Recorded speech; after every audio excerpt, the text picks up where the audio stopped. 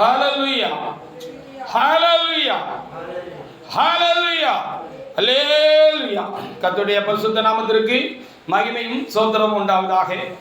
ஆண்டவர் எத்தனை நல்லவர் என்பதை நாம் நித்தமும் ருசிக்கும்படியாக நித்தமும் கர்த்தர் நம்முடைய வாழ்விலே நமக்குள்ளாக நடப்பித்து வருகிற ஒவ்வொரு செயலும் அருமையானது. அதற்காக என் ஆண்டவருக்கு நான் அதிகமாக ஸ்தோத்திரம் செலுத்துகிறேன். பாடி மகிழ்ந்தோம். நாம் சிலராய் கடந்து வந்திருக்கிறோம், பலராய் கடந்து வரவில்லை.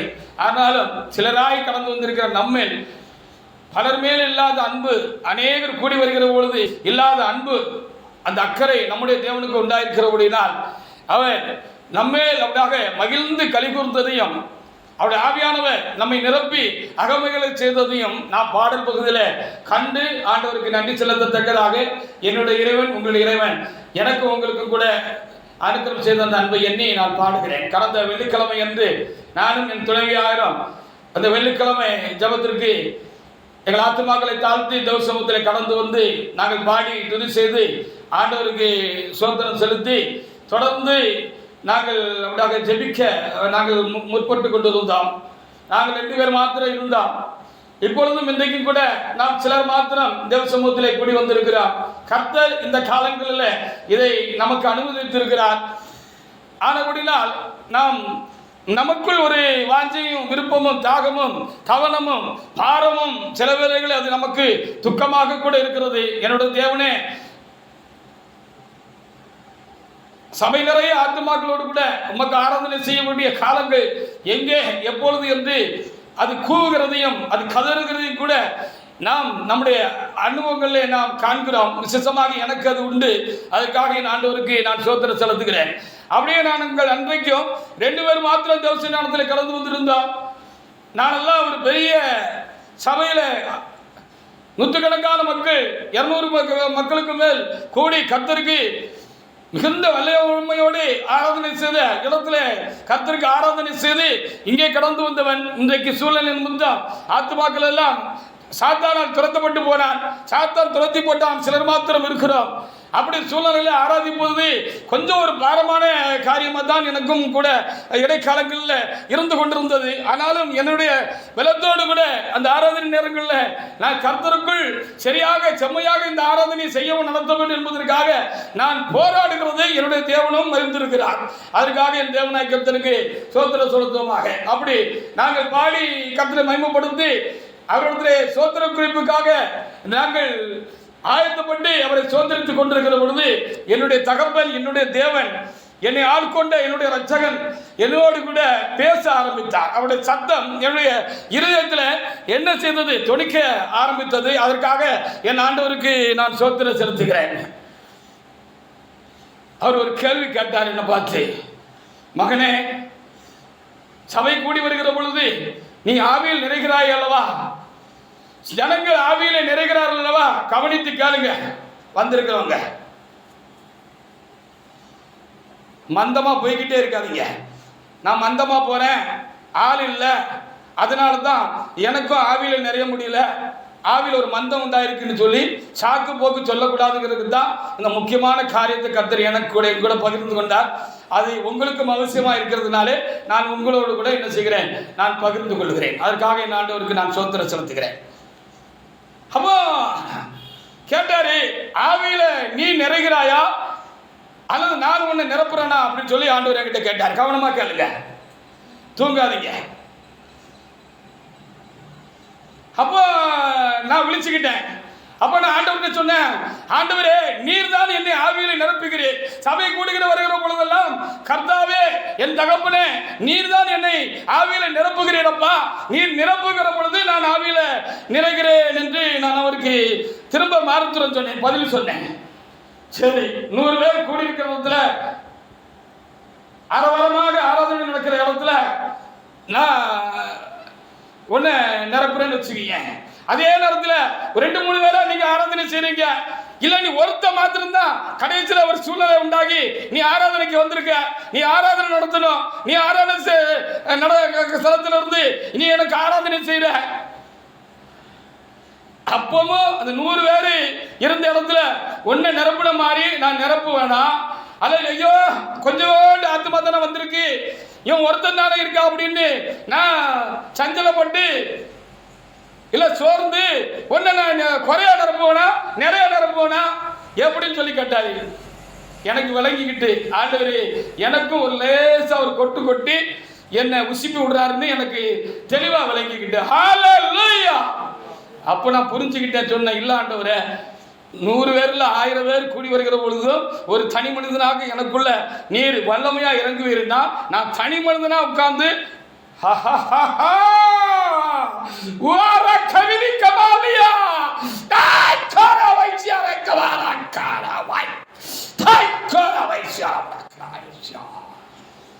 அப்பொழுது நீங்க என்னை நிரப்புவீங்க ஆண்டவரே அப்படின்னு ஆண்டவருக்கு நான் பதில் சொன்ன பொழுது நானும் என்னிடத்தில் காணப்பட்ட சில குறைவான நிலையை நான் புரிஞ்சுக்கிட்டேன். அப்போ நான் நிமிர்ந்து ஒரு உறுதி எடுத்துக்கிட்டேன். நம்ம கொஞ்சம் பேர் ஆராதிக்க வந்தாலும் யாரு கர்த்தரை முழு மனதோடு முழு இதயத்தோடு முழு ஆத்மாவோடும் ஆராதிக்கிறாங்களோ இல்லையோ நம்ம என்ன செய்யணும், ஒத்த ஆளா தேவ சமூகத்துக்கு வந்தாலும் 2 பேர் 3 பேர் 4 பேர் தான் கூடி வருகிறோம் என்கிற நிலைமை உண்டாயிருந்தாலும் நம்ம என்ன செய்யணும், கர்த்தருக்கு ஒரு ஒரு சரியான முழுமையான ஆராதனை செய்யணும் அப்படின்னு சொல்லி நான் கற்றுக்கிட்டேன். அப்போ நம்ம ஆவியில் குறைவுபடுறது எதுக்கு? நம்முடைய சூழ்நிலைகள் பாருங்கள்னால இல்லை சில காரியங்கள் நம்ம ரொம்ப அதிகமாக இருக்கிறதுனால தான் நம்ம ஆவியில் கூடி வருகிற பொழுது நிறைகிறதுக்கு நம்ம பலவீனப்படுறோம். அப்போ என்ன நடக்குன்னு கர்த்தருக்கு தெளிவாக சொன்னார். நான் எப்பவும் போல தான் உன்னை நடப்பேன். எத்தனை பேர் வந்திருந்தாலும் பெரிய கூட்டம் இருந்தாலும் அப்பவும் உன்னை முழுமையா நிறைவாகத்தான் நிரப்புவேன். குறையா கூட்டம் வந்திருந்தாலும் உன்னை நான் முழுமையா நிறைவாக நிரப்புவேன். அப்படின்னா குறையா சின்ன கூட்டம் வந்திருக்கிற பொழுது இல்லது உனக்கு சில கஷ்டங்கள் நெருக்கங்கள் பிரச்சனைகள் பாருங்கள் உன்னை அப்படியாக சூழ்ந்து கொள்கிற பொழுது என்ன நடக்குன்னு சொன்னா நான் நிறைய எப்பவும் போல நிறைவா நிரப்புறதுக்கு உங்ககிட்ட நான் வந்திருக்கிற பொழுது நீ உன் இருதயத்தை அடைச்சிக்கிற. உன் இருதயத்தை என்ன செஞ்சுக்கிட்ட? நீ அடைச்சிக்கிற. உனக்கு சந்தோஷமா மகிழ்ச்சியா நீ நிறைவா ஆசீர்வாதமா பெருங்கூட்டமாக வருகிற பொழுது நீ உன் இருதயத்தை எனக்கு திறந்து கொடுக்க. இங்கதான் காரியம் இருக்கு பார்த்துக்கோ சாலமோன். ஆனால் அப்படினால ஒத்த மனுஷனா நீ வந்தாலும் உன் மேல எனக்கு ஒரு தனிப்பட்ட அன்பு உண்டு, உன்னை ரொம்ப நேசிக்கிறேன். ஆனால் அப்படினால நீ என்ன செய்ய, உன் வாயை விரிவா தர, உனக்கு இதயத்தையும் தனி மனதில் வந்து தேவ சமூகத்தில் நீ ஆராதனை செய்தாலும் நீ என்ன செய்ய, உன் மனதை எனக்கு திறந்து கொடு, நான் உன்னை எப்பவும் நிரப்புவேன். ஹல்லேலூயா. ஏன் மந்தமா போட்டீங்க? நாளைக்கு ஒருவர்கிட்ட கேட்டேன், 4 பேர் 3 பேர் தானே இருக்கும், எப்படி ஆராதனை கர்த்தருடைய வல்லமை விளங்கலையா? விளங்கத்தானே செய்து அப்படின்னு சொல்லி நான் ஒரு நாள் ஒரு சமய சந்தர்ப்பம் வந்த பொழுது நான் ஒருவரிடத்துல கேட்டேன். அவர் ஊமையா இருந்தார். அவரு மறுபடி கேட்க அவர் ஊமையா இருந்தாரு, வாய் திறந்து சொல்லல. அப்ப நான் புரிஞ்சுக்கிட்டேன், அப்ப 4-5 பேர் இருக்கிறதுனால அவரும் அந்த ஆராதிக்கிறதுல பலவீனப்பட்டு போனாரு அப்படின்னு. அப்போ அது யாரு மிஸ்டேக்குன்னு கர்த்தர் எனக்கும் கொட்டி உணர்த்தி கொடுத்தாரு. அது அவரவர்களுடைய மிஸ்டேக், அவர்களுடைய காரியம். அவங்க சூழ்நிலையை பார்த்து ஆவியா நிரப்புகிறது பெறுகிற பொழுது தங்களுக்கு இடம் கொடுக்கிறது இல்லை. நானும் நீங்களும் கர்த்தருக்கு பிரியமானவர்களாக பயபக்தி உள்ளவர்களாக பரிசுத்தம் உள்ளவர்களாக இருப்போம் என்று சொன்னால் அவர் நம்மளை நிரப்புவார். எப்பவும் நிரப்புவார், எந்த சூழ்நிலையும் நிரப்புவார். ஹல்லேலூயா. எங்க தப்பு இருக்குன்னு பார்த்து உங்களை திருத்திக்கோங்க. கூட்டமா இருந்தாதான் ஆவி வருமோ, வல்லமை வருமோ? களி கூறுவீங்களா? கூட்டம் குறைஞ்சிட்டு கூட்டம் இல்லாம போயிட்டா களி கூற மாட்டீங்களா? போனவங்க எல்லாம் ஏன் போனாங்க, எப்படி போனாங்கன்னு உங்களுக்கு தெரியும். அவங்க கர்த்தருக்கு பிரியமா இல்லை, உண்மையா இல்லை, கர்த்தர் சொன்னதுக்கு கீழ்படியல, கர்த்தர் போதும்னு இருக்கல, அதனால வெளியே போயிட்டாங்க. போட்டோம்.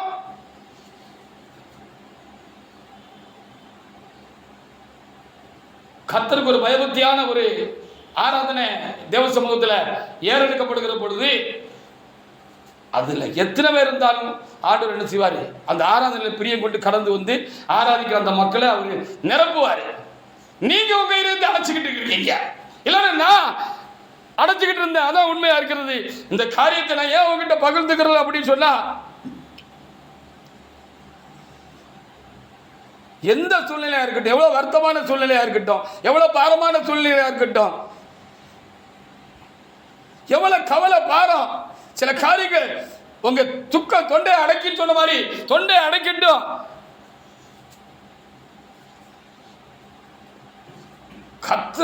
கர்த்தருக்கு ஆராதனை செய்யணும் வந்துட்டீங்கன்னா எல்லாத்தையும் அந்த சிலுவையின் அடிவாரத்தில் அவருடைய பாதத்தில் வச்சுட்டு, ஆண்டவரே என்ன என்ன ஃப்ரீயாக்கிடும்பா, உமக்கு நான் குறை வைக்க கூடாது. ஹல்லேலூயா! உமக்கு ஆராதனை செய்கிறதுக்கு நான் குறை வைக்க கூடாது, நான் கவுந்து விழுந்துடக்கூடாது, உம்மை துக்கப்படுத்தி நான் அனுப்பிடக்கூடாது. அப்படிங்கிறதுல நம்ம தெளிவாக இருக்கணுங்கிறதுக்காக கர்த்தர் எனக்கு சொன்னார் என்று நான் நம்புகிறேன். அதற்காக என் ஆண்டவருக்கு நான் என்ன செய்கிறேன், அதிகமாக நான் ஸ்தோத்திரமும் செய்கிறேன். ஹல்லேலூயா! சரி, செய்திக்கு நாம் கடந்து வருவோமாக. தீத்து 1ஆம் அதிகாரத்தில் 7வது வசனத்தை ஒரு தேவனுடைய பிள்ளை எடுத்து வாசிக்கலாம். தீத்துக்கு எழுதின நிருபத்தில் பவுலடியார் தீத்துவுக்கு எழுதின நிருபத்தில் 1ஆம் அதிகாரத்தில் 7வது வசனத்தை ஒருவர் எழுந்து நின்று சத்தமாக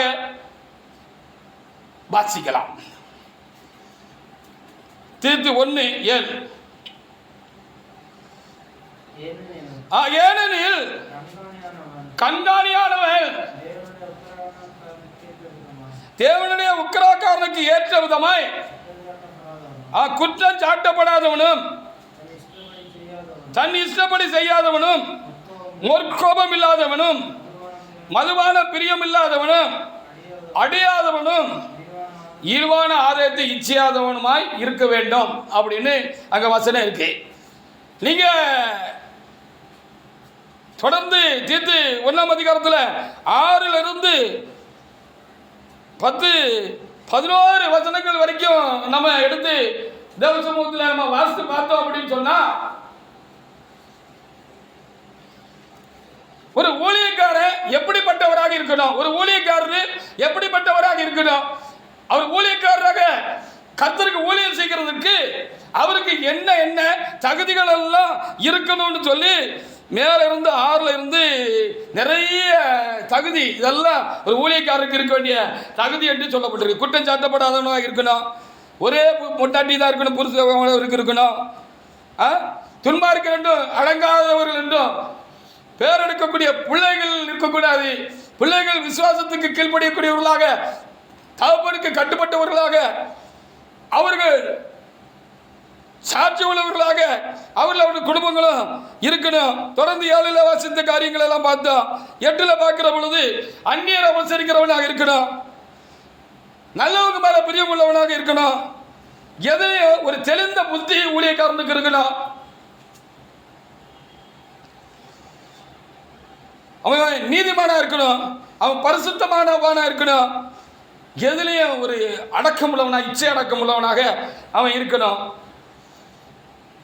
அப்படி என்று சொல்லி ஆரோக்கியமான உபதேசத்தினால புத்தி சொல்லணும்.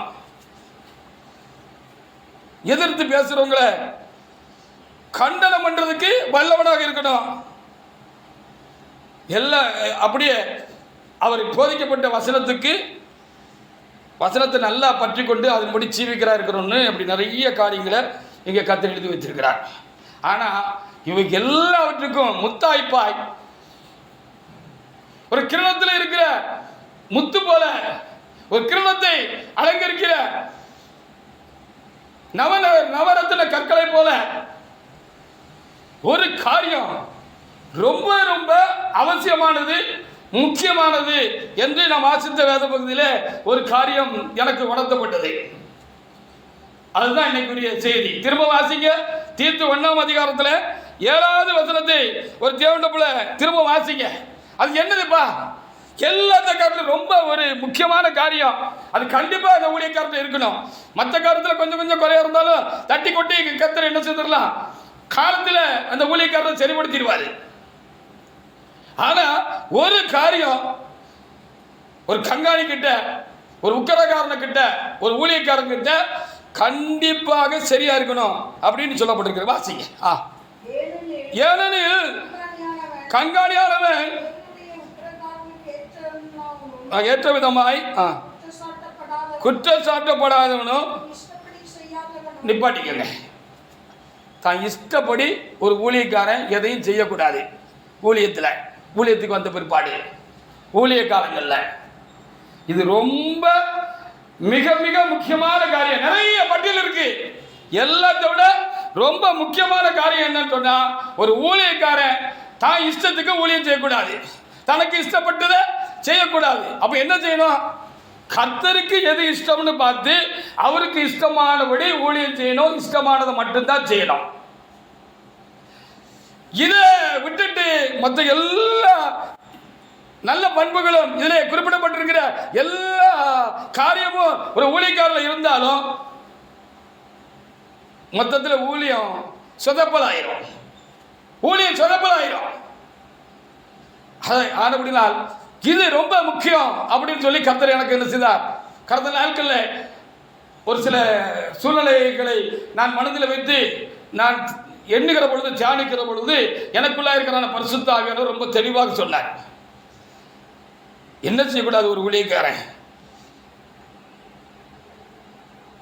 தான் இஷ்டப்படி அவன் எதையும் செய்யக்கூடாது. ஹல்லேலூயா. எனக்கு சில காரியங்கள் ரொம்ப இஷ்டம். இப்படி நடந்தால் நல்லா இருக்கும், இப்படி செஞ்சால் நல்லா இருக்கும், இப்படி போனால் நல்லா இருக்கும், இப்படி பேசினா நல்லா இருக்கும், இப்படி ஊழியம் செஞ்சால் நல்லா இருக்கும்.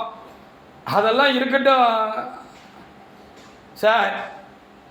அவருக்கு என்ன இஷ்டம்னோ அதுபடி தான் நீ ஊழியம் செய்யணும். உன் இஷ்டப்படி நீ என்ன செய்யக்கூடாது? ஒரு ஊழியக்காரரு ஊழியம் செய்யக்கூடாது. அப்படி ஊழியம் செஞ்சா அவர் கர்த்தருக்கே ஊழியம் செய்யலைன்னு ஆவியானவர் எனக்கு சொன்னார். நான் என் இஷ்டப்படி நான் ஊழியம் செய்யறேன்னு வச்சுக்கிடுவோமே, எனக்கு என்னுடைய மன விருப்பப்படி நான் ஊழியம் செய்யறேன்னு வச்சுக்கிடுவோமே, அப்போ நான் யாருக்கு ஊழியம் செய்யறேன்? எனக்கு தான் ஊழியம் செய்யறேன், கர்த்தருக்கு ஊழியம் செய்யல. விளங்குதா? நான் எனக்கு பிரியமா ஊழியம் செய்யறேன்னா, ஊழியத்தில் எனக்கு பிரியமா நான் பேசுறேன், நடக்கிறேன் அப்படின்னு சொன்னா நான் எனக்கு தான் ஊழியம் செய்யறேன், கர்த்தருக்கு ஊழியம் செய்யல. ஆனா கர்த்தருக்கு ஊழியம் செய்யற ஊழியக்காரனுக்கு இருக்க வேண்டிய ஒரு ஸ்பெஷலான தகுதி, முக்கியமான முதல் தகுதி என்னன்னு சொன்னா, அவன் தான் இஷ்டப்படி எதையும் செய்யக்கூடாது. இஷ்டப்படி செஞ்சா அவன் கர்த்தருக்கு ஊழியம் செய்யலன்னு ஆண்டவர் சொல்லிட்டாரு. அப்ப இன்னைக்கு கொஞ்சம் யோசிச்சு பாருங்க. உங்க மனக்கண்ணுக்கு முன்பாக இன்னைக்கு உலகத்திலே இருக்கட்டும், சபைக்குள்ளேயாக இருக்கட்டும், இருக்கிற ஊழியக்காரங்களை நீங்க உங்க மனக்கண்ணு முன்னால கொண்டு வந்து அவங்களோட கடந்த காலங்களையும், அவங்க கடந்த காலங்களில் அவங்க செய்த ஒவ்வொரு காரியத்தையும் உங்க கண் முன்னால கொண்டு பாருங்க, கொண்டு வந்து பாருங்க. எந்த அளவுக்கு கர்த்தருக்கு இஷ்டமானபடி ஊழியம் செஞ்சாங்க, இல்லது தங்க இஷ்டத்துக்கு ஊழியம் செஞ்சாங்கன்னு உங்களுக்கு வழங்கும். அப்போ எல்லா இதில் பட்டியலிட்டப்பட்ட எல்லா காரியமும் எனக்கு இருக்குன்னு நான் சந்தோஷப்பட்டுக்கலாம், மேன்மையா என்னை நினச்சிக்கிடலாம். நான் குடும்பத்தை சரியாக வச்சுருக்கேன், என் பிள்ளைகளை நான் சரியாக வச்சுருக்கேன், நான் சபைக்கு வந்து 40-50 வருஷம் ஆச்சு, என் மேலே ஒருத்தர் ஒரு குற்றம் சொல்ல முடியாது.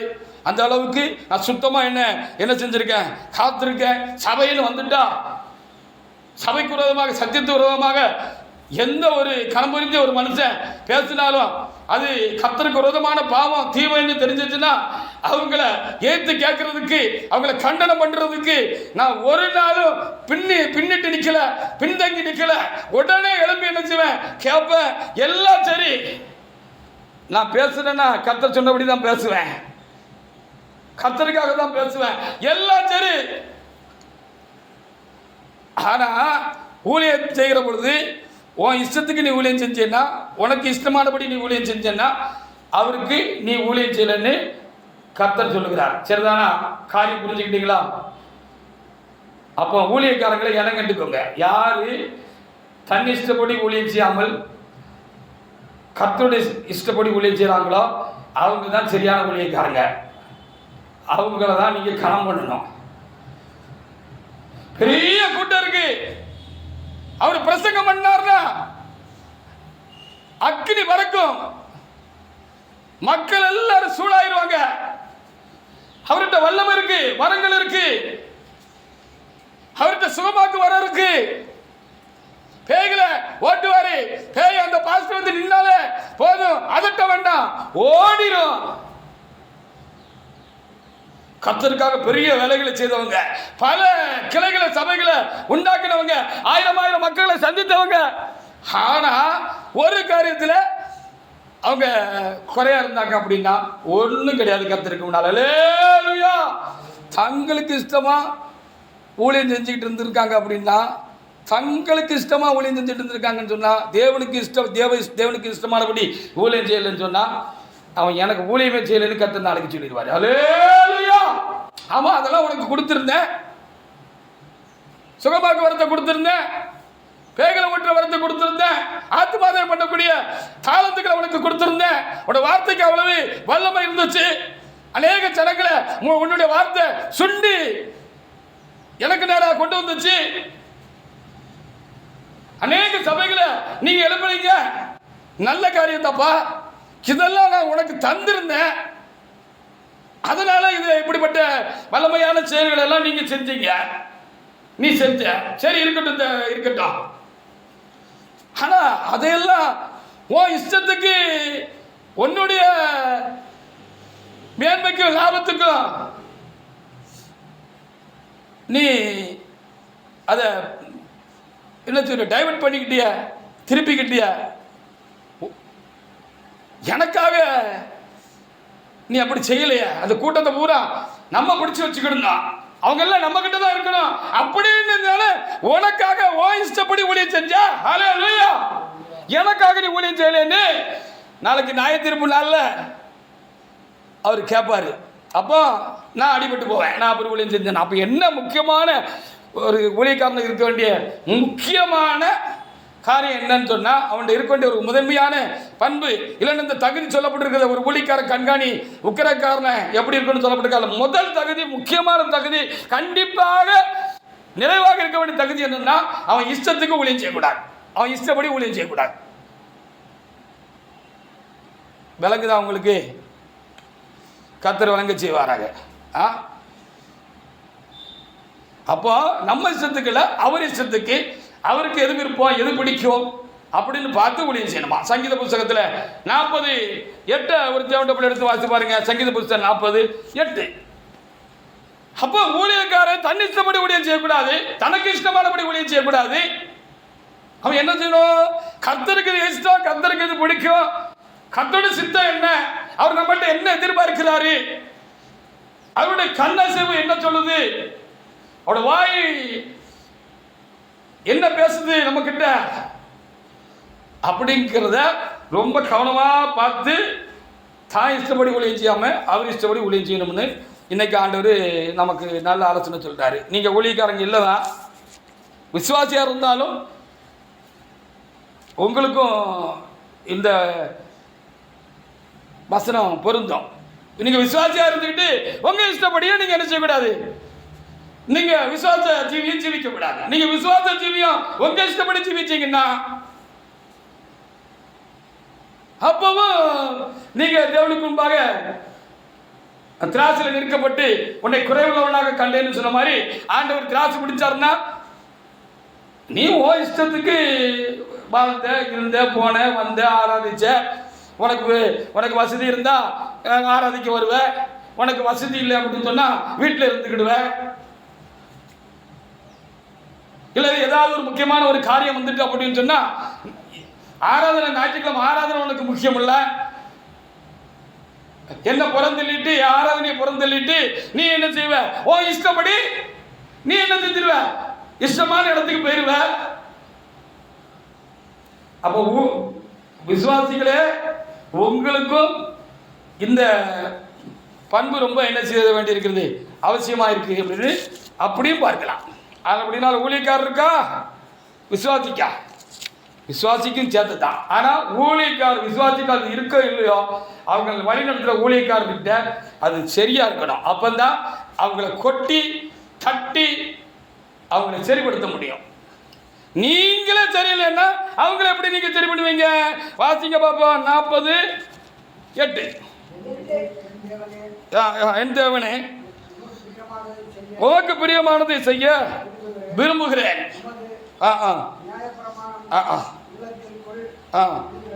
என்று சொன்னேன். அல்லேலூயா. அப்போ ஒரு ஊழியக்காரன் கிட்ட இருதயத்தில் கர்த்தருடைய வசனம் நிறைஞ்சு இருக்கும். நான் ஒரு ஊழியக்காரனா இருக்கேன்னா அவருடைய வசனம் என்ன நிறைச்சிருக்கோம். அவர் என்கிட்ட பேசிக்கிட்டு இருப்பார். அவருடைய சத்தம் எனக்கு எப்பவும் கேட்கும். அப்போ ஊழியத்தில் நான் ஒரு காரியத்தை செய்யணும்னு நான் முற்படுகிற பொழுது நான் தேவனை எனக்குள்ளே நோக்கி பார்க்கணும். அப்படி பார்க்கிற பொழுது உள்ளே இருக்கிற அந்த ஆண்டவர், அந்த உள்ளே இருக்கிற கர்த்தருடைய வசனம் என் கண்ணு முன்னால் வரணும். என் கண்ணு முன்னால் வருகிற பொழுது இந்த ஊழியத்தில் இப்போ ஒரு காரியத்தை செய்ய போகிறேன், இதை நான் செய்யலாமா வேண்டாமான்னு அந்த வசனம் எனக்கு கருத்தாக சொல்லும். பாஸ்டர், நீங்கள் என்ன செய்யாதீங்க, இதை கண்டிப்பாக செய்யக்கூடாது, அவங்க சொல்கிறாங்கன்னு சொல்லி நீங்கள் அசைஞ்சு கொடுத்துடாதீங்க. அவங்க அப்படி தான் சொல்லுவாங்க. அவங்க தெளிவில்லாமல் இருக்கிறாங்க, ஆவியில் உண்மை இல்லாதவங்களாக இருக்காங்க, ஆவியில் நிறைவும் பக்குவம் இல்லாதவங்களா இருக்காங்க, கர்த்தரோடு கூட ஒரு நெருங்கிய தொடர்பு இல்லாமல் இருக்காங்க. அவங்க அப்படிதான் ஏதாவது ஒன்று சொல்லுவாங்க. ஐயா நீங்க இப்படி செய்யுங்க ஐயா, ஐயா நீங்க இப்படி செய்யுங்க ஐயா, இப்படி செஞ்சா ஒன்றும் தப்பு இல்லையா, ஐயா செய்யுங்கய்யான்னு சொல்லுவாங்க. ஆனா இது சுயேஷ்டமான காரியம், இது சுயேஷ்டமான ஆலோசனை, இது தப்பான ஆலோசனை.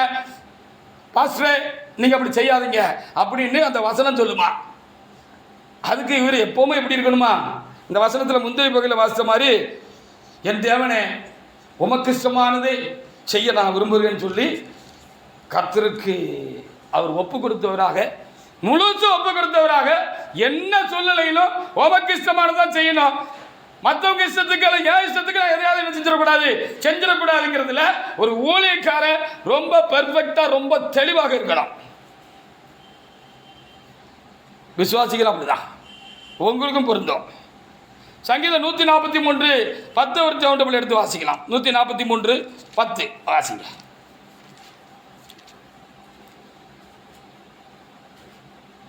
அப்போ அவர் இஷ்டப்படி அவருக்கு பிரியமா ஊழியம் செய்யணும், என் இஷ்டப்படி எனக்கு பிரியமா ஊழியம் செஞ்சால் கர்த்தருக்கே ஊழியம் செய்யணும்னு ஏசப்பா சொல்லிட்டார். வாசிக்க பாப்பா, சங்கீதம் 143:10 ஒரு ஜவுண்டபிள் எடுத்து வாசிக்கலாம். வாசிங்க.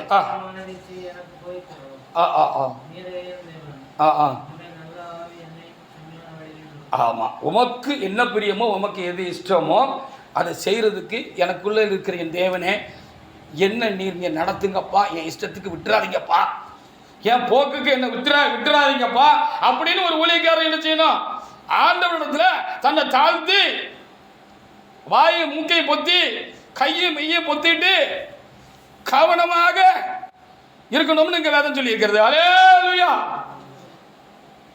காலை கையும் கண்ணையும் வாயையும் அடக்காம காதையும் அடக்காம தாறுமாறாக ஓடுற பெண் ஒட்டகம் நீ அப்படின்னு வேதத்தில் சொல்லுகிற மாதிரி ஊழியத்தில் தாறுமாறா ஓடி ஜாலம் காட்டுறதுனால நீங்க தேவனுடைய ஊழியக்காரங்க நினைச்சிட்டு இருக்கிறீங்களா? உங்களே வஞ்சித்து உங்களை நம்பி இருக்கிற மக்களையும் ஏமாத்திக்கிட்டு இருக்கிறீங்க அப்படின்னு சொல்லி அர்த்தம். அப்போ நீர் என் தேவன் ஆண்டவரே, எனக்குள்ளே இருக்கிற நீர் உமக்கு இஷ்டமானபடி என்ன நடத்தணும் அப்படின்னு ரொம்ப தெளிவாக அங்கே எழுதப்பட்டிருக்கிறது.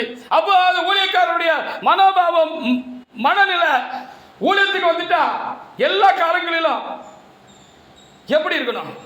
யோவான் 2:5 அது ரொம்ப தெளிவாக என்ன செய்யப்பட்டிருக்கிறது, நமக்கு சொல்லிக் கொடுக்கப்பட்டிருக்கிறது. வாசிங்க.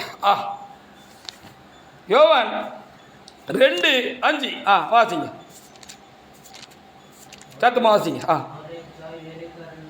அவருடைய தாய் வேலைக்காரரை நோக்கி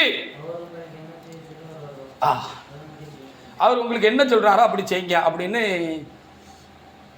மரியாளம்மா சொன்னதாக இங்கே எழுதப்பட்டிருக்கிறது. அது விசுவாசிகளுக்கும் உண்மைதான். ஊழியக்காரர் என்ன சொல்கிறாரோ, வசனம் என்ன சொல்கிறதோ, நீங்கள் என்ன உபதேசிக்கப்பட்டிருக்கீங்களோ அதை நீங்கள் செய்யுங்க அப்படின்னு வேதம் நமக்கு சொல்லுது. அல்லேலூயா. சரிதானா? அதாவது முக்கியமாக ஊழியக்காரருக்கு இந்த வசனம் ரொம்ப ரொம்ப முக்கியமானது. அவர் என்ன சொல்கிறாரோ அதை மாத்திரம் நான் செய்யணும். இல்லைன்னா ஒரு ஊழியக்காரராக இருக்கிற ஒரு தேவட்ட மனுஷன் என்ன செய்யணும்? பொண்டாட்டி ஒன்று சொல்லுவாங்க, பிள்ளை ஒன்று சொல்லுவாங்க, சபையில் இருக்கிற மக்கள் ஆளாளுக்கு ஒன்று சொல்லுவாங்க. ஊருக்குள்ளே போகிற பொழுது பாஸ்டர் நீங்கள் இப்படி ஏன் செய்ய மாட்டேங்க, இப்படி செய்யலாமே சொல்லுவாங்க, இப்படி ஏன் செய்கிறீங்க, இப்படி செய்ய வேண்டான்னு சொல்லுவாங்க. அப்பா சிலர் இப்படி செய்யலான்னு சொல்கிறாங்க, சிலர் இப்படி செய்யாதீங்கன்னு சொல்கிறாங்க. நான் என்னப்பா செய்யணும், நான் இந்த காரியத்தில் நான் எப்படி செய்யணும், என்ன செய்யணும், உங்களுக்கு எது இஷ்டம் அப்படின்னு சொல்லி நம்ம என்ன செய்யணுமா, அவங்ககிட்ட நம்ம கேட்கணுமா. அதற்காக நாம் ஆண்டவருக்கு நாம் என்ன செய்யணும், அதிகமாக நான் சோத்திரம் ஆண்டவர்கிட்ட கேட்கணுமா, கேட்டு அப்படி நடந்துக்கணும். அவர் நமக்கு என்ன சொல்கிறாரு அப்படிங்கிறதுல நம்ம என்ன செய்யணுமா, ரொம்ப கவனமாக நம்ம இருக்கணும்னு சொல்லி இந்த வேத பகுதி நமக்கு போதிக்கிறது. அப்போ ஒரு ஊழியக்காரர் என்ன செய்யக்கூடாது, இஷ்டத்துக்கு ஊழியம் செய்யக்கூடாது, இஷ்டப்படி ஊழியம் செய்யக்கூடாது, மனுஷர்களுக்கு பிரியமா என்ன செய்யக்கூடாது, ஊழியம் செய்யக்கூடாது. எந்த ஒரு காரியத்தையும் தேவ சமூகத்துக்குள்ள கொண்டு போய் யார் என்ன சொன்னாலும் சரி சரின்னு கேட்டுக்கிட்டு அதை உடனே அவங்க இஷ்டத்துக்கு செஞ்சிடாம, இல்லைன்னா அது உங்களுக்கு நல்லதா படுதுன்னு சொல்லி உங்க இஷ்டத்துக்கு நீங்க அதை செஞ்சிடாம நீங்க என்ன செய்யணுமா, ஆண்டவர் இடத்துல அதை கொண்டு போய் அதை வச்சு ஜெபம் பண்ணி அவர் என்ன சொல்றாங்கிறது கூர்ந்து கவனித்து நீங்க அப்படி செய்யணுமா. நீதிமொழிகள் 8:34 வாசி பாருங்க. நீதிமொழிகள்ல 8:34 அப்படி சொல்லப்பட்டிருக்கிறது. அதற்காக நாம் ஆண்டவருக்கு நாம் அதிகமாக நாம் ஸ்தோத்திரம் செலுத்துவோமாக. வாசிங்க.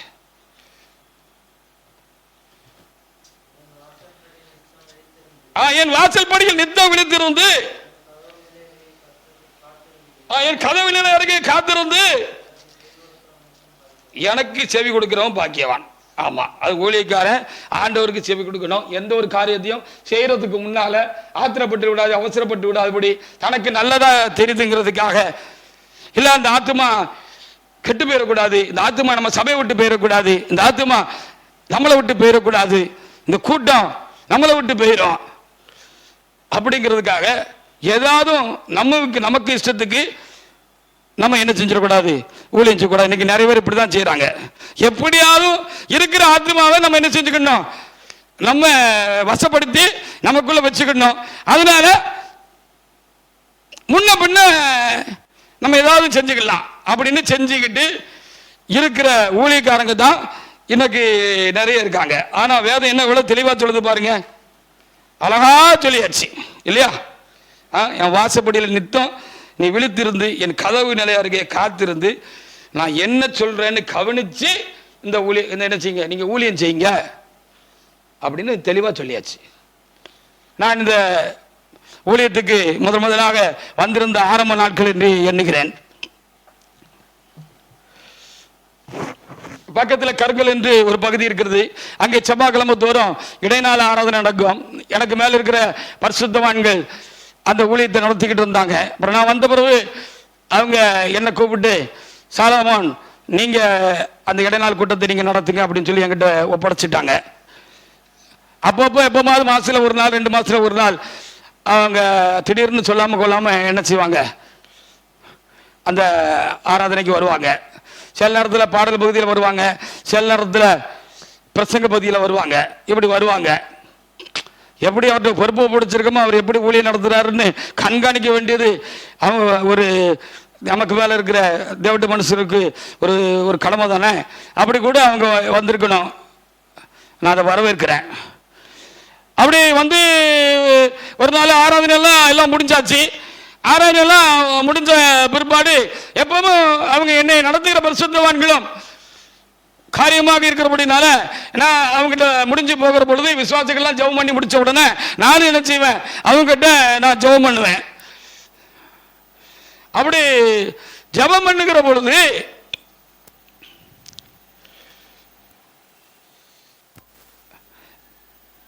அவங்க என் தலைக்கு வச்சு ஒரு நாள் ஒரு காரியம் சொன்னாங்க. அது கர்த்தருடைய வார்த்தை என்று நான் விசுவாசிக்கிறேன், ஏற்றுக்கொண்டேன். நான் உனக்கு என்ன சொல்லுகிறேனோ அதை மாத்திரம் செய், அதுதான் ஊழியம் என்று அவர்களிடத்திலிருந்து ஒரு வார்த்தை தலையில கை வச்சு ஜெபிக்கிற போது வந்துச்சு. நான் உனக்கு என்ன சொல்றேனோ அதை மட்டும் செய்ய. அதே பிரசிங்க மாதிரி நான் சொல்லாததெல்லாம் நீ என்ன செய்யாத, உன் இஷ்டத்துக்கு செய்யாத அப்படின்னு எனக்கு சரியா அந்த ஊழியத்துக்கு இந்த சபை பொறுப்பு கொடுக்கப்பட்ட ஆரம்ப காலங்களில் ஆண்டவர் எனக்கு திட்டமா எனக்கு சொன்னார். அந்த ஐயாமார்கள் மூலமாக சொன்னார். அதை நான் அப்படியே கருத்தா பிடிச்சுக்கிட்டேன். அல்லேலூயா. அதைத்தான் இன்றைக்கு பிரசங்க வாக்கியத்தில் ஒரு ஒரு முக்கியமான காரியம் என்று சொல்லுகிறான காரியம் நமக்கு சொல்லுகிறது. ஊழியக்காரர் என்ன செய்யக்கூடாது? தான் இஷ்டப்படி செய்யக்கூடாது. அல்லேலூயா.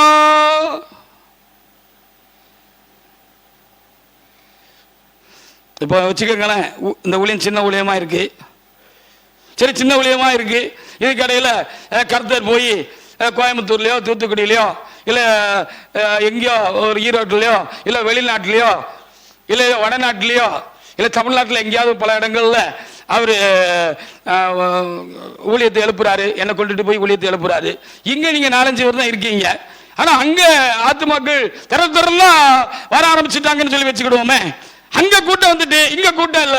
நீங்க இங்க கர்த்தர் என்ன அப்படி நீங்க 4-5 பேர் தான் இருக்கீங்க அப்படி வச்சுக்கிட்டு இருக்காரு. அங்க கூட்டம் வந்துட்டு அப்போ அங்க உள்ள மக்கள் எல்லாம் சிலர் சொல்லலாம், ஐயா நீங்க முழங்கில் 3 பேர் 4 பேர் தானே இருக்காங்க ஐயா, அதனால அந்த ஊழியத்தை நீங்க யார்கிட்டயாவது கொடுத்துட்டு நீங்க எங்கிட்ட வந்துருங்க, எங்கிட்ட வந்து ஊழியம் செய்யுங்க அப்படின்னு சொல்லி நாளைக்கு கூப்பிடுறோம். அது ஒரு நமக்கு ஒரு சோதனையா கூட இருக்கு. எனக்கு ஒரு சோதனை என்னது, ஆமா நல்லா தானே இருக்கு அவங்க சொல்றது, நமக்கு அது ரொம்ப இஷ்டமா இருக்க. அவன் அந்த 4 பேருக்கு ஆராதனை செய்வ காட்டிலும் அந்த 100 பேர் 200 பேருக்கு போய் நம்ம ஆராதனை செய்யலாம. அப்போ ஒண்ணு செய்வோம்,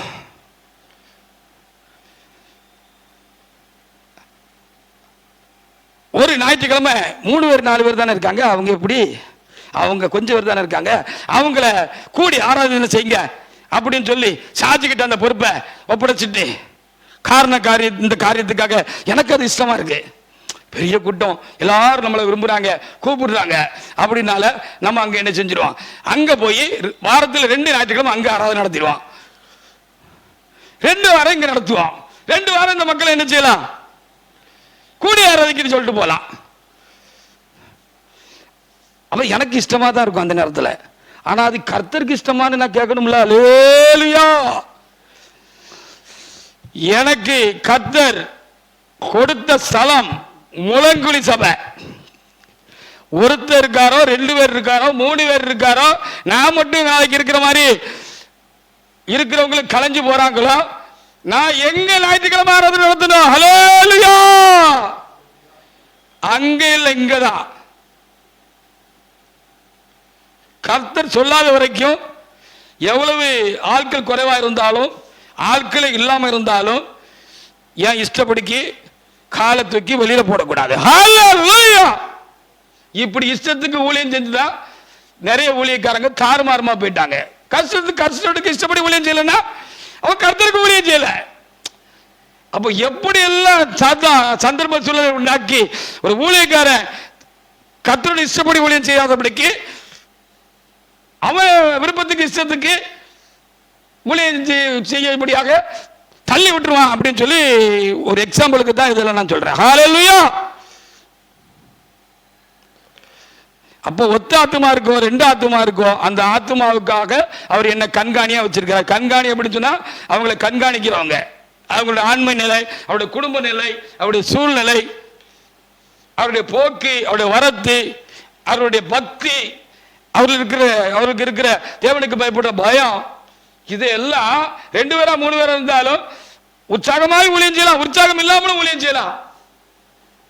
ஆனா உற்சாகமா ஊழியம் செய்யறதுதான் தேவனுக்கு இஷ்டம். கண்காணிச்சு அந்த ஆத்மாவுக்காக தேவ சமூகத்தில் விழுந்து கிடக்கிறவர் தான் நல்ல ஊழியக்காரர். ஹல்லேலூயா. எப்படி ஊழியக்காரர் உங்களுக்கு வேணும் மக்களே? உங்களுக்கு எப்படி ஊழியக்காரர் வேணும்? ஆள் கண்டு ஆள் பேசுற ஊழியக்காரரா, நேரம் கண்டு நேரம் பேசுற ஊழியக்காரரா, உங்களை எல்லா சூழ்நிலையிலும் கர்த்தருக்கு பயந்து அவரு நடந்து உங்களை நடத்துற ஊழியக்காரர் வேணுமா? தான் இஷ்டப்படி ஊழியம் செய்யாத ஒரு ஊழியக்காரன் எல்லா காலங்களிலும் கர்த்தருக்கு இஷ்டமா ஊழியம் செய்வான். எவ்வளவு ஒரு குறைவான காலமா இருந்தாலும் தாழ்ச்சியான காலமா இருந்தாலும் கைவிட விட்டது போல ஒரு சூழ்நிலை உண்டானாலும் அவன் உண்மையா பொறுப்பா தமக்கு கொடுக்கப்பட்ட ஆத்துமாக்களை உண்மையா நேசிச்சு கர்த்தரையும் நேசித்து அவர் இஷ்டப்படி என்ன செய்வான், அவன் ஊழியம் செய்வான் அப்படின்னு சொல்லி இந்த காரியங்கள் எல்லாம் என்ன செய்கிறது நமக்கு போதிக்கிறது. பாருங்க, அப்போ நான் உங்களுக்கு தலைவன் போல இருக்கலாம், இல்லது ஒரு சபைக்கு அநேக தலைவர்கள் இருக்கலாம், தலைவனுக்கு தலைவன் போல பெரிய தலைவர் இருக்கலாம், சபைக்கு நான் தான் தலைவர்னு சொல்லலாம், நல்லது. ஆனா உங்களுக்கு ஒரு தலைவர் இருக்காரு, இயேசு கிறிஸ்து இருக்காரு, அவருக்கு நீங்க ஊழியக்காரன் தான், வேலைக்காரன் தான். அப்போ பெரிய சபைக்கு தலைவரா இருக்கீங்க, முழு சபைக்கும் நீங்க தலைவரா இருக்கீங்கன்னு சொன்னா மனுஷன் சொல்றதெல்லாம் கேட்பீங்களா? உங்க இஷ்டத்துக்கு நீங்க ஏதாவது செய்வீங்களா? சந்தர்ப்ப சூழ்நிலை வந்தா உங்களுக்கு இஷ்டப்படி நீங்க தாறுமாறுமா ஏதாவது செய்வீங்களா? அப்படி நீங்க கர்த்தருடைய ஊழியக்காரங்க இல்லை, தன்னை இஷ்டப்படி செய்யறவர் கர்த்தருடைய ஊழியக்காரர் இல்லை. ஆண்டவருடைய ஆவியானவர் இன்றைக்கு எனக்கு மாத்திரம் இல்லை, உங்களுக்கு மாத்திரம் இல்லை, கேட்கிற எல்லாருக்கும் சொல்றாரு. மத்தேயு 8:9 வாசிங்க. மத்தேயு 8:9 அழகாக கர்த்தர் நிறைய காரியங்களை ஆங்காங்கே நமக்கு புதைச்சி வச்சிருக்கிறாரு. நம்ம தான் ஆவிக்குரிய கண்களால் அதை தோண்டி தேடி பார்த்து அதை நம்ம செயலாக்கிக்கிடணும். இது விசுவாசிகளுக்கும் பொருந்தும் தான். ஐயா என்ன சொல்றாரோ அப்படி நடங்க. ஏன்னா ஐயா அவருக்கு ஐயாவா இருக்கிற ஆண்டவர் சொல்றது கேட்டு நடக்காரு. இல்லைன்னா அந்த ஐயா அவருக்கு ஐயாவா வச்சிருக்கிற பெரிய பரிசுத்தவான்கள்ட்ட எந்த ஒரு காரியத்தையும் கேட்டு தான் செய்யறாங்க. வாசிங்க பாபு, வாசிங்க. நான் அதிகாரத்துக்கு கீழ்பட்டவனா இருந்து எனக்கு மேல அதிகாரி இருக்காங்க. எனக்கு கீழ்பட்டு இருக்கிற சேவகர்களும் உண்டு, ஊழியக்காரங்களும் உண்டு, வேலைக்காரங்களும் உண்டு. ஒருத்தனை வா அண்ணா வாரான், ஒருத்தனை போனா போறான், ஒருத்தனை வான்னா வாரான்.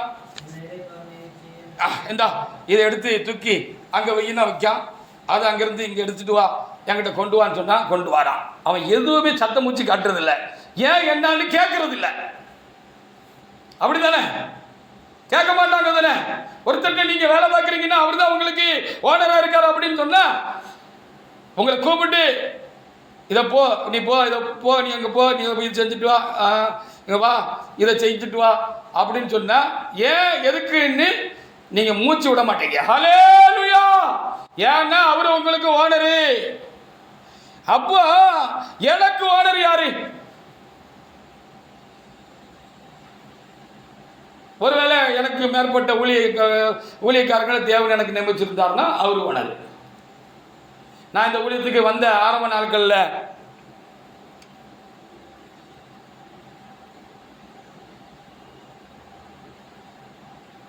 ஊழியத்தை ஒப்புக்கொண்டுட்டு பெரிய ஐயாவுக்கு, தலைமை ஐயாவுக்கு ஃபோன் போட்டு, ஏன்னா நான் வந்து ஊழியத்தை ஒப்புக்கொண்டுட்டேன்னு அவங்களுக்கு தெரியப்படுத்த வேண்டியது முறையல்லவா, அதனால நான் அவங்களுக்கு ஃபோன் பண்ணேன்.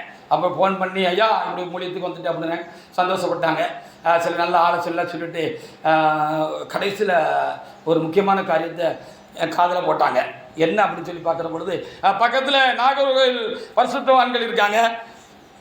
ஏதாவது ஒரு காரியம்னா நீ அவங்ககிட்ட என்ன செய்யும், கலந்து எதையும் செய்ய, அவங்ககிட்ட சொல்லி எல்லாம் சொல்லி நீ ஆலோசனை போட்டிருக்க அப்படின்னு சொல்லி ஐயா எனக்கு ஒரு காரியத்தை என் காதில் போட்டாங்க. நான் அதை மனசில் போட்டுக்கிட்டேன்.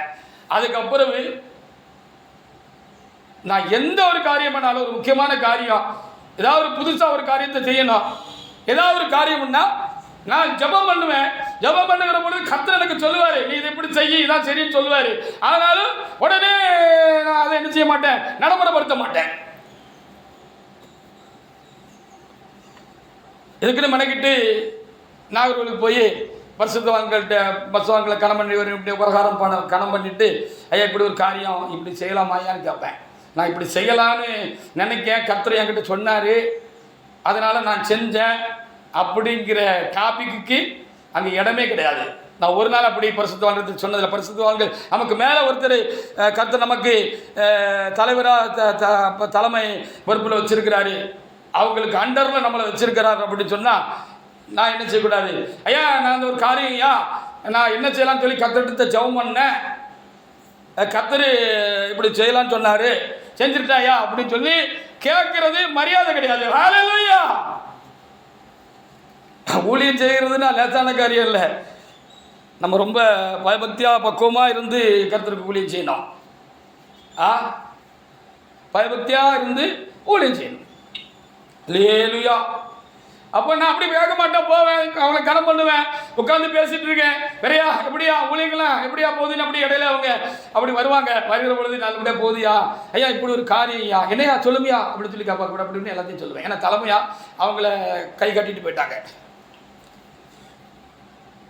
அப்போ சொன்னேன், ஓ அப்படியா ஐயா, இப்படி செய்யுமையா, சரியா இருக்கும், சரியா அப்படின்னு சொல்லிடுவேன். நான் இங்கே செவிச்சிட்டு போனது தான் அவங்களும் சொல்லியிருக்காங்க எல்லா காலங்கள்லையும். அப்படி தான் நான் உணர்றேன், நினைவு இருக்கு. ஆனால் அப்பவும் நான் சொல்ல மாட்டேன், இல்லையா நான் செபிச்சேன் என்கிட்ட ஆண்டவர் சொன்னார் சொல்ல மாட்டாங்க. நமக்கு மேலே இருக்கிற பெரியவங்கள்கிட்ட எப்படி நடந்து கொள்ளணும்னு சொல்லி நமக்குள்ளே இருக்கிற பரிசுத்த ஆவியானவர் நமக்கு என்ன செய்வார், சரியா நம்மளை நடத்துவார். சின்ன விஷயமா இருந்தால் பெரிய விஷயமா இருந்தாலும் நமக்கு மேலே ஒரு பெரிய ஆள் இருக்குன்னா அவங்ககிட்ட கேட்டுக்காம நம்ம இஷ்டத்துக்கு எதையும் செய்யக்கூடாது. அதுவும் நம்ம இஷ்டத்துக்கு செய்யறதுதான், விளங்குதா? அதுவும் நம்ம இஷ்டத்துக்கு செய்யறதுதான்.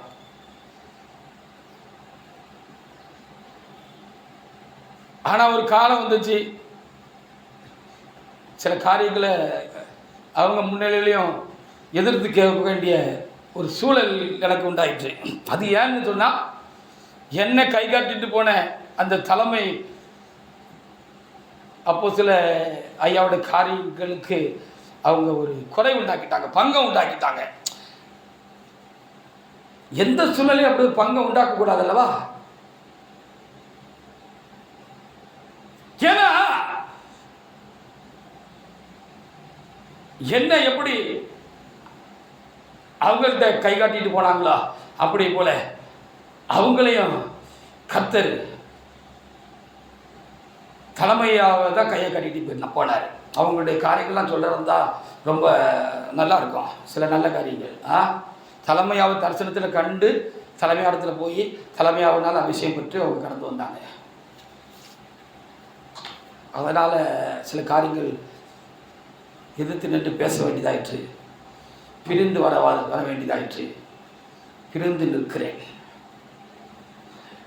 ஆளாளுக்கு இப்போ எனக்கு ஆலோசனை சொல்லுதாங்க, நீங்கள் அன்னைக்கு அப்படி பேசி இருந்திருக்க கூடாது, எல்லாரும் வாய்ப்பத்திட்டு அமைதியாக தானே இருந்தாங்க, நீங்கள் அமைதியாக இருந்திருக்கணும். இது மனுஷர்களுடைய ஆலோசனை. எனக்குள்ளேயும் நானும் என் இஷ்டப்படி செஞ்சு பழகினவனாக இருந்தேன் அப்படின்னு சொன்னால் அந்த நேரத்தில் எனக்குள்ளேயும் எனக்கு இஷ்டமான யோசனைகள்லாம் வந்திருக்கோம். நமக்கு எதுக்கு வம்பு?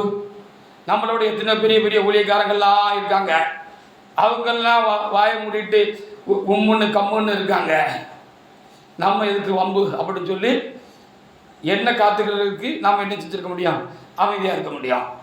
இது எனக்கு எனக்கு இஷ்டமாக அந்த நேரத்தில் நடந்து கொள்கிற காரியம். இல்லது இந்த மனுஷங்கள்லாம் சொல்கிற மாதிரி உனக்கு எதுக்குப்பா வம்பு, எல்லாரும் உம்முன்னு கம்முன்னு இருந்தால் நீனும் உம்முன்னு கம்முன்னு இருந்துட்டு வந்திருக்க வேண்டியதானே அப்படின்னு சொல்கிற காரியம். ஆனால் எனக்கு உள்ளே இருக்கிற அவர்களுக்கும் எனக்கும் மேற்பட்ட ஒருவர், நீ உம்முன்னு இருக்காத, கம்முன்னு இருக்காத, நீ என்ன செய்ய, இந்த காரியம் எனக்கு சித்தமில்லாத காரியம், இப்படிப்பட்ட காரியங்கள் இந்த இடத்துல நடக்குது, பேசப்படுது, இது ஒரு தனி மனிதனை பாதிக்க போகிறது இல்லை, இது என்னுடைய சித்தத்துக்கு மாறாக இந்த நல்ல சபையை கெடுத்து நாசமாக்கிறோம், எல்லாரும் இந்த சபையை பார்த்து முகம் சொல்லிக்கிற மாதிரி ஆக்கிறோம். அதனால இதை நீ கண்டிப்பா தடுத்து நிறுத்தணும், தடை பண்ணு அப்படின்னு என்ன ஆட்கொண்ட என்னுடைய இயேசுவானவர், என்னுடைய தேவன் என்ன நீ பேசு அப்படின்னு சொன்ன பிறகு நான் பேசாமல் இருந்தால் என் சுய இஷ்டப்படி அந்த இடத்துல நான் நடந்துக்கிட்டேன். நான் பேசினது அவர் இஷ்டப்படி. ஹல்லேலூயா! உங்களுக்கு என்ன விளங்காது? எனக்கு விரோதமாய் பேசுகிறவர்களே, உங்களுக்கு என்ன விளங்காது? உங்களுக்கு சரியா விளங்கல, நீங்க என்ன ஸ்டாண்டர்ட்ல ஆவிக்குரிய நிலையில் இருக்கீங்கன்னு சொல்லி உங்களை விளங்கல அப்படின்னா என்ன உங்களுக்கு எப்படி விளங்கும்? ஆவிக்குரியவன் எல்லாவற்றையும் அறிந்து நிதானிக்கிறான். ஆவிக்குரியவனை ஒருத்தர் என்ன செய்ய முடியாது, நிதானிக்க முடியாதுன்னு வேதத்தில் எழுதப்பட்டிருக்கு. ஹல்லேலூயா! நீங்க அப்பப்போ எனக்கு நலமான ஆலோசனை மாதிரி நிறைய யோசனை சொல்றீங்க. அது கர்த்தருக்கு இஷ்டமான பார்த்து தானே, கர்த்தருக்கு இஷ்டமான தானே நான் செய்ய முடியும். எப்படி?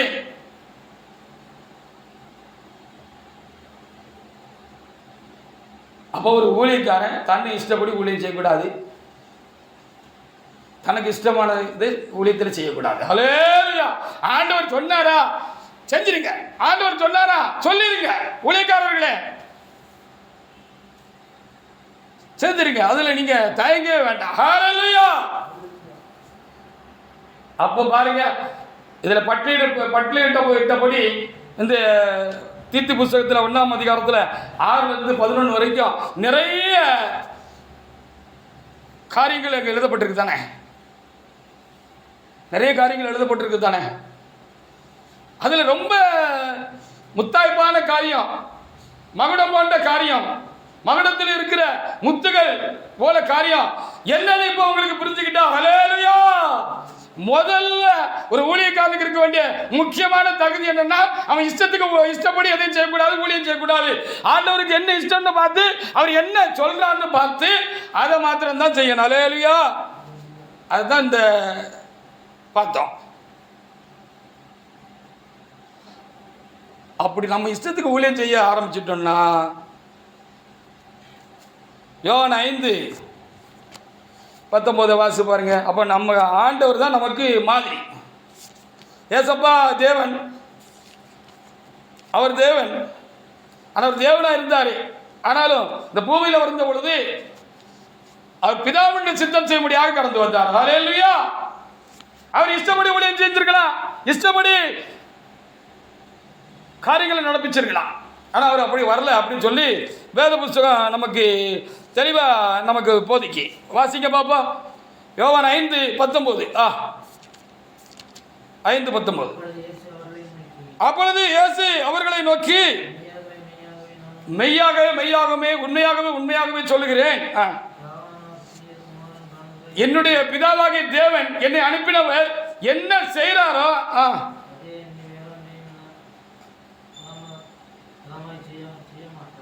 அதை என்று நான் என்ன செய்ய மாட்டேன், வேற ஒன்றையும் என் இஷ்டத்துக்கு செய்ய மாட்டேன்.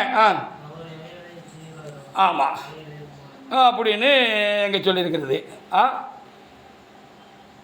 யோவான் 5:30 கூட வாசி பாருங்க.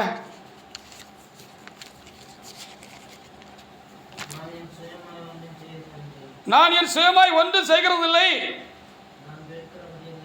நான் கேட்கிறபடியே நான் நியாயம் தீர்க்கிறேன்.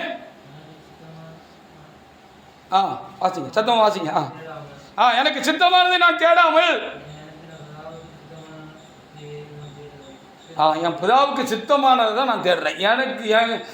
எனக்கு சித்தம், எனக்கு விருப்பம் இருக்கு அப்படி இப்படின்னு சொல்லி நான் என்ன செய்யலை, நான் உன்னையும் நான் என்ன செய்யலை, செய்யலை அப்படின்னு ரொம்ப என்ன செய்கிறாரு, தெளிவாக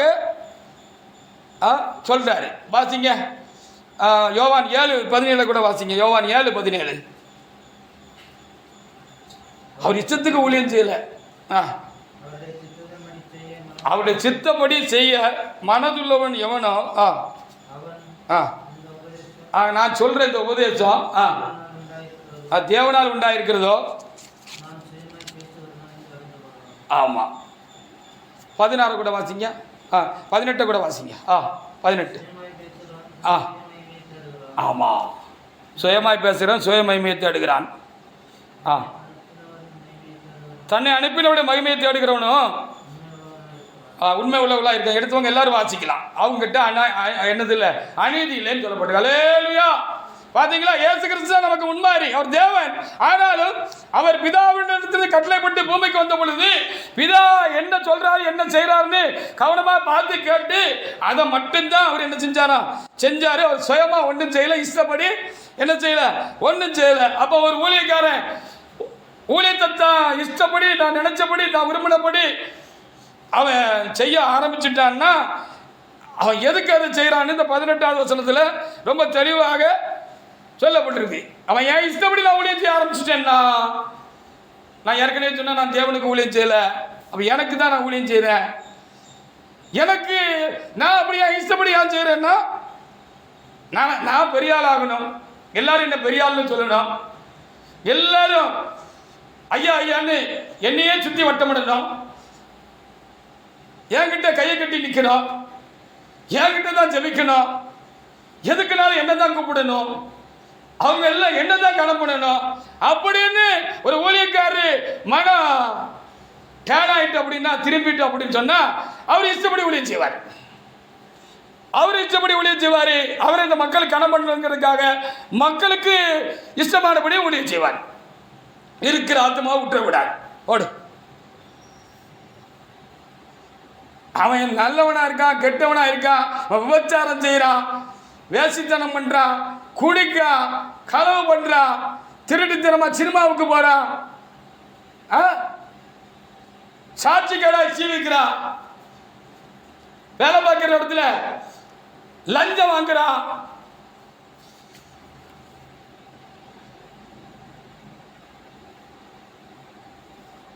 அப்படின்னு தெரிஞ்சாலும் கண்டு காணாம ஒரு ஊழியக்காரரு அந்த மனுஷங்கிட்ட நடந்துக்கிறாரு போறாரு அப்படின்னு சொன்னா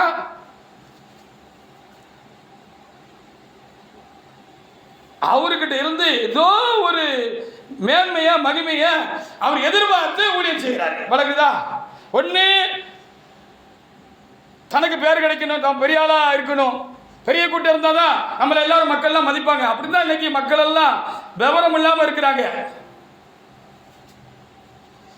பெரிய கூட்டம் இருந்தா பெரிய ஊழியக்கார், சின்ன கூட்டம் இருந்தா சின்ன ஊழியக்கார், சின்ன பையன் மதிக்கிறது இல்லை. துணிகரமா அவங்களுக்கு ஒரு பேசுறது, ஏத்து பேசுறது.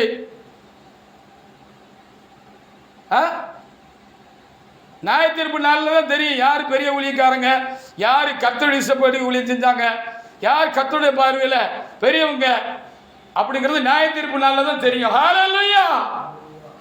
சரிதானா?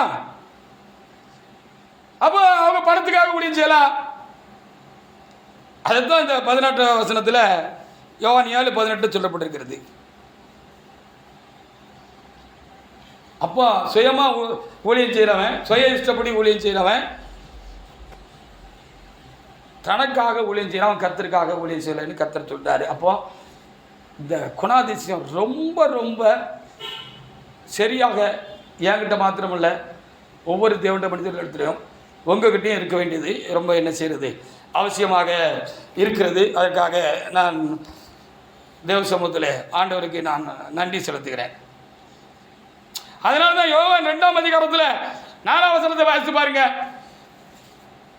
தாயார் வந்து சொன்னாங்க, மகனே திராட்சை ரசம் இல்லப்பா, கல்யாண வீட்டில் திராட்சை ரசம் குறைஞ்சி போச்சுப்பா, சோறு தட்டி போச்சுப்பா, குழம்பு தட்டி போச்சுப்பா, கூட்டு தட்டி போச்சுப்பா, பாயாசம் தட்டி போச்சுப்பா அப்படின்னு நம்ம ஊரில் சொல்ற மாதிரி இதெல்லாம் குறைஞ்சி போச்சுன்னா வந்தவங்களை சரியா கல்யாணத்துக்கு வந்தவங்களை கவனிச்சு அனுப்பல அப்படிங்கிற ஒரு வருத்தம் உண்டாயிரும் அப்படின்னு சொல்ற மாதிரி இந்த யூத கல்யாணங்கள்ல முக்கியமாக பரிமாறப்படுகிறது என்னென்னு சொல்லி பார்த்தா ஒயின், திராட்சை ரசம்.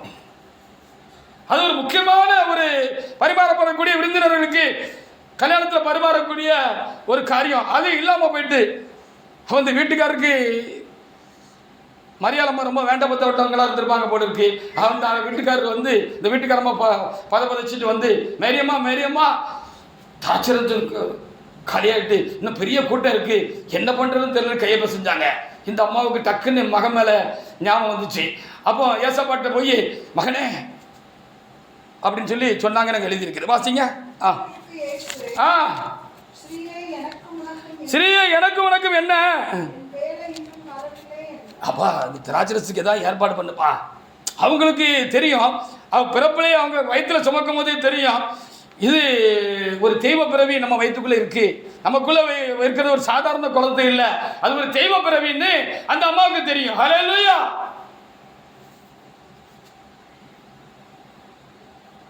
அந்த உள்ளுணர்வு இருந்ததுனால அவர்கிட்ட போய் தான் சொல்லி பார்ப்போம், மகன்கிட்ட போய் தான் சொல்லி பார்ப்போம், அவர் ஏதாவது அற்புதம் செஞ்சிட மாட்டாரா அப்படின்னு போய் சொன்னாங்க. ஆனால் ஆண்டவர் என்ன செஞ்சிருக்கலாம், அம்மா சொல்கிறாங்களேன்னு கேட்டு அம்மா மேலே உள்ள பிரியத்தில் அப்படி இல்லைன்னு சொன்னால் இப்போ நம்ம ஒரு அற்புதம் செய்வோம், இப்போ நம்ம ஒரு அற்புதம் செஞ்சு இந்த தண்ணீரை திராட்சரசமா நம்ம மாற்றிட்டோம் அப்படின்னு சொன்னால் எல்லாம் நம்ம விசுவாசிப்பாங்க. ஹல்லேலூயா அப்படின்னு அவர் முந்திக்கிட்டு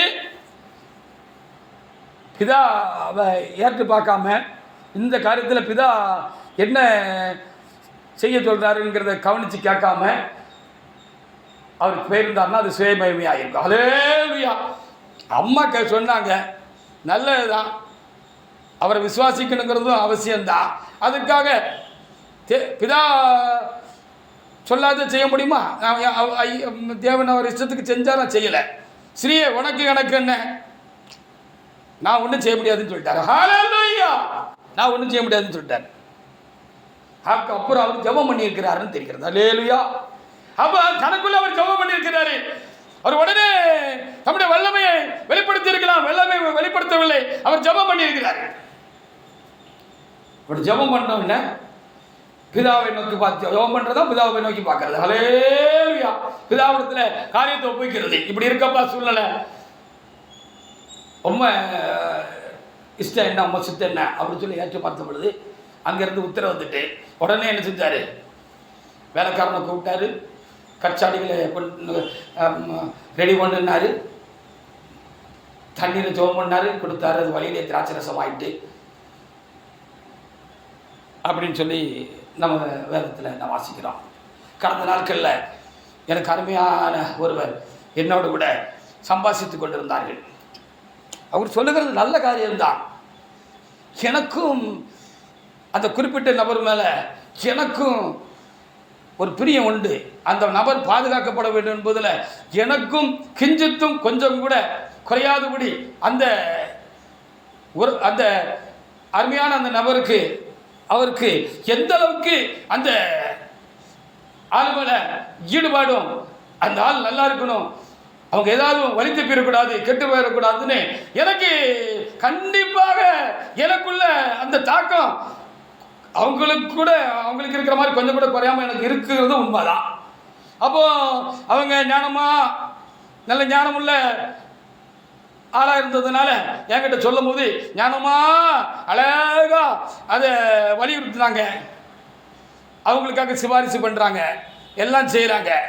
அப்போ அவங்க ஒன்று எதிர்பார்க்குறாங்க. என்ன எதிர்பார்க்குறாங்கன்னா, அந்த ஆத்மா ஏதாவது அவங்க விரும்புகிறபடி எதிர்பார்க்குறபடி நாளைக்கு நான் ஒரு காரியத்தை செய்யாமல் போயிட்டேன் அப்படின்னா ஒருவேளை அந்த ஆத்மா அதனால் இடறி ஒரு மோசமான ஒரு பெரிய பள்ளத்தில் இன்னும் தேவனோட்டு தூரம் போயிடக்கூடாதுங்கிற ஆரோக்கியத்தில் சொல்கிறாங்கன்னு எனக்கு வழங்குது. எனக்கும் அதே மனோபாவம் தான். அதுக்காக அவங்க சொல்கிறது நல்லதுக்கு தான் சொல்கிறாங்க, நல்லது தான் தெரியுது. அப்போ சரி அப்படின்னு அந்த ஆள்கிட்ட ஆமாம் சாமி போட்டுட்டு நானும் எனக்குள்ளே ஒத்துக்கிட்டு சரி வந்தால் நம்ம இப்படி என்ன செஞ்சிடும், ஒரு ஆத்மா கெட்டு போகக்கூடாது, அது விலகி நிற்கிற ஆத்மா இன்னும் தூரமாக விலகி ஏதாவது ஒரு பெரிய ஒரு பள்ளத்தில் உட்கார விழுந்து இனி திரும்ப வர முடியாத அளவுக்கு ஏதாவது நடந்துடக்கூடாது அப்படிங்கிறதுக்காக நான் என்ன செய்யலாம், நல்ல ஆலோசனை தான் தெரிகிறது, நல்ல ஆலோசனை தான். ஆனால் ஆண்டவர் என்ன சொல்றாருன்னு பார்க்கணும்ல, ஆண்டவர்கிட்ட நான் கேட்கணும்ல. இதை நான் என்ன செய்யணும்னா அதை நான் அப்படியே சுமந்துக்கிட்டு நான் ஆண்டவர்கிட்ட போய் ஆண்டவர்கிட்ட செவிக்கணும். இப்படி ஒரு வேலை நடந்து விட்டால் என்ன பக்கம் செய்கிறது அப்படின்னு சொல்லிட்டு என்ன செய்யணும். அதனால் என் இஷ்டப்படி இல்லை ஆண்டவரை, உங்கள் இஷ்டம், நீங்கள் என்ன சொல்கிறீங்களோ அதை தான் நான் செய்வேன்னு அவரிடத்துல காரியத்தை விட்டுறணும். ஹல்லேலூயா. அப்படி இல்லைன்னா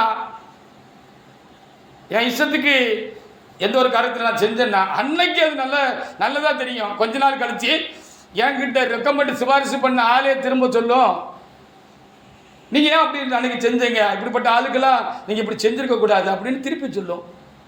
அதான் மனுஷ ஆலோசனை. அப்போ தேவ ஆலோசனைக்காக ஒரு தேவனுடைய மனுஷன் ஊழியக்காரன் காத்திருந்து சின்னதாக பெரியதாக எந்த காரியத்தையும் அவன் செய்யணும். அதான் தண்ணி இஷ்டப்படி ஒரு ஊழியக்காரன் நடக்கக்கூடாது. எந்த சூழ்நிலையிலும் தண்ணி இஷ்டப்படி என்ன செய்யக்கூடாது, ஒரு ஊழியக்காரன் நடக்கக்கூடாதுன்னு சொல்லப்பட்டிருக்கிறது. யோவான் 12:49 எடுத்து வாசிக்கலாம், வாசிங்க. யோவான் 12:49.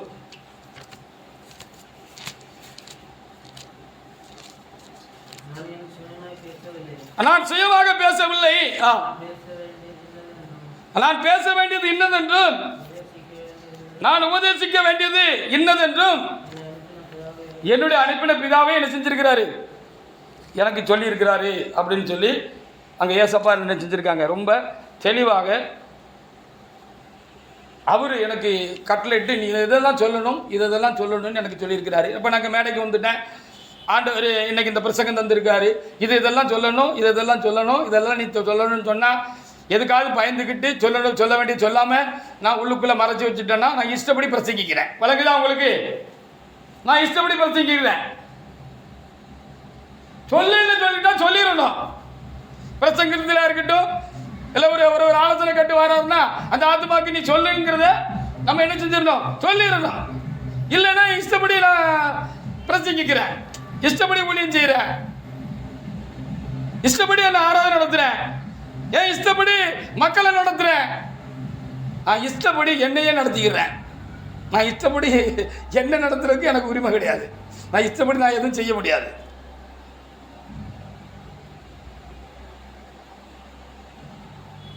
அப்போ ஒரு போதித்தால் வேத வாக்கியங்கள் படி ஆவியானவர் சொல்கிறபடி நிஜமாக சொல்கிறத போய் சொல்லிட்டு வந்துடணும். ஒரு நாள் பிரசங்கம் பண்ணிக்கிட்டு இருந்தேன். திடீர்னு நான் கவனிக்கல, அந்த பிரசங்கம் இடையிலே கட்டாயிருந்திருக்கு. அப்போ அதுக்கப்புறம் இந்த பிரசங்கத்தை யூடியூப்பில் போட்டுட்டு இருக்கோம் இல்லையா, அப்போ கத்தடி சேனை என்கிற ஊழியத்துக்கு ஒரு யூடியூப் சேனல் ஆரம்பித்து அதில் வாரத்து பிரசங்கங்கள்லாம் போட்டுக்கிட்டு இருக்கிறோம்.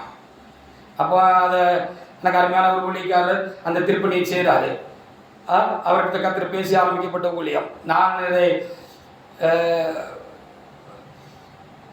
நினச்சி இதை ஆரம்பிக்கலை. அவர் உள்ளத்தில் கத்திர பேசி அவர் பொறுப்பாக இன்றைக்கு வரைக்கும் அந்த ஊழியத்தை சரியாக செஞ்சுக்கிட்டு இருக்கிறாரு. அப்போ அவர்கிட்ட இதை கட்டாயிட்டு 2 பகுதியாக இருந்துச்சு. நேரம் ரொம்ப சுருக்கமாக இருந்துச்சு. பொதுவாக நான் சில வேலைகளில் பல வேலைகளில் நம்ம கொஞ்சம் பேராக இருக்கோம் அப்படிங்கிறக்கா பல காரணங்களுக்காக நான் நினைக்கிறது உண்டு, ஆண்டவரே ஒரு சின்ன பிரசங்கமாக ஒரு 40 நிமிஷம் அப்படி போதுமே, ஒரு 40-45 நிமிஷம் போதுமே, அப்படி இருந்தால் நல்லா இருக்குமா ஆண்டவர்னு சொன்னாலும், ஆனாலும் என் இஷ்டப்படி ஆண்டவர் உங்கள் இஷ்டப்படி நீர் என்னை நடத்தும் அப்படின்னு சொல்லி விட்டுறது. ஆனால் நானாக முடிவு பண்ணி பிரசங்கத்தை கூட்டுறதும் கிடையாது, குறைக்கிறதும் கிடையாது, இஷ்டத்துக்கு பிரசங்கத்தை பண்ணுறதும் கிடையாது.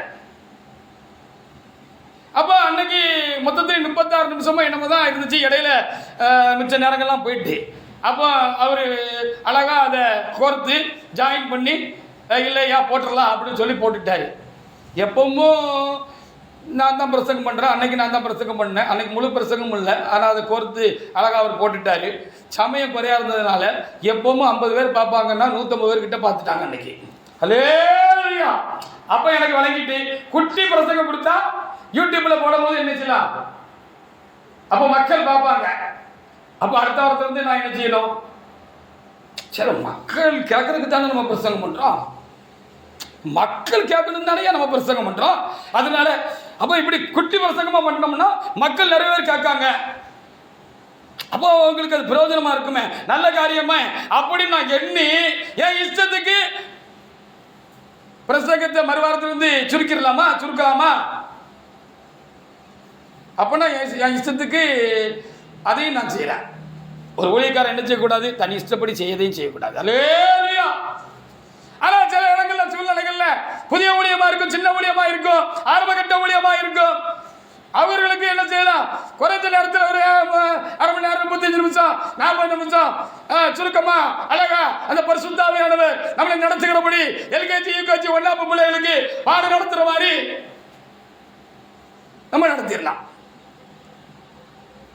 அப்போ இங்கே 4 பேருக்கு வந்திருந்தாலும் முக்கியமாக உங்கள் 4 பேருக்காக தான் பிரசங்கம். யூடியூப்ல கேட்கறவனுக்கு பிரசங்கம் கிடையாது. ஹல்லேலூயா. நீங்க வளர்ந்தவங்க, உங்களுக்கு அரை மணி நேரம் பிரசங்கம் இதில் நீங்க நெளிஞ்சீங்கன்னா நீங்க தப்பான ஆளுன்னு சொல்லி அர்த்தம். அரை மணி நேரம் 3/4 மணி நேரம் ஆளவுன்னு நீங்க முடங்குனீங்க, என்னது ஒரு 4 பேர் இருக்கோம் என்னத்தையாவது 4 வார்த்தையை சொல்லிட்டு போக வேண்டியதான் சொன்னீங்கன்னா நீங்க சரியில்லைன்னு சொல்லி அர்த்தம். ஹல்லேலூயா. அப்போ 1ஆம் 2ஆம் 3ஆம் 1ஆம் 2ஆம் பிள்ளைகளுக்கு என்ன சொல்ல வேண்டியதான். என்னுடைய பேரன் 2வது மகள் பேரன் இப்போ எல்கேஜி போகிறான். அவன் வீட்டில் வந்து கேட்டிருக்கான், ஏம்மா சிட்டுனா என்னன்னு உனக்கு தெரியுமா அப்படின்னு சொல்லி கேட்டிருக்கான். மகளுக்கு தெரியும். தெரியாதுப்பா அப்படின்னு சொல்லியிருக்கான். என்ன கற்றுட்டு வந்துட்டு இருக்கான்னு பார்ப்போம் அப்படின்னு சொல்லி. சிட்டுனா என்னன்னு தெரியுமா அப்படின்னு சொல்லுவான். என்னப்பா அப்படின்னு சொல்லி. உட்காருன்னு அர்த்தம். அப்படியாப்பா அப்படின்ட்டு தான். ஸ்டாண்டுனா என்னன்னு தெரியுமாம்மா அப்படின்னு அவன் ரொம்ப சந்தோஷமாக கேட்டுருக்கான். சொல்லுப்பா தெரியல அப்படின்னு. என்னம்மா ஸ்டாண்டுன்னா நில்லுன்னு அர்த்தம். அப்படியா, அம்மாவுக்கு இது கூட தெரியல அப்படின்னு அவன் சந்தோஷப்பட்டிருக்கிறான். அவளும் நினைச்சுக்கிட்டா ஆமாப்பா அம்மாவுக்கு தெரியலன்னு சொல்லி சிரிச்சுக்கிட்டா. அப்போ கர்த்தர் என்ன சொல்றாரோ அதை சொல்லணும். இப்போ இன்னைக்கு ஏறக்குறைய 1 மணி நேரம் 10 நிமிஷம் ஆயிட்டு. ஐயோ நீண்ட பிரசங்கம் பண்ணால் யூடியூப்பில் ஒருத்தனை கேட்க மாட்டேங்கிறதுக்காக நான் இதை சப்ரஸ் பண்ண முடியாது. இதை குறைக்க முடியாது. ஹல்லேலூயா. யூடியூப்பில் போடுறதுக்காக நான் பிரசங்கம் பண்ணலை. அந்த யூடியூப் மூலம் எதுக்கு நடக்குன்னா கர்த்தருடைய சேனல் ஒன்று கர்த்தர் எழுப்பியிருக்கிறாருங்கிறது பொது ஜனங்களுக்கு தெரிஞ்சுக்கிட்டே இருக்கட்டும் அப்படிங்கிறதுக்காக தான் யூடியூப் ஊழியம் நடக்கு. நிறைய பேர் கேட்கணுங்கிறதுக்காக இல்லை. இப்போ கேட்டவங்க எத்தனை பேர்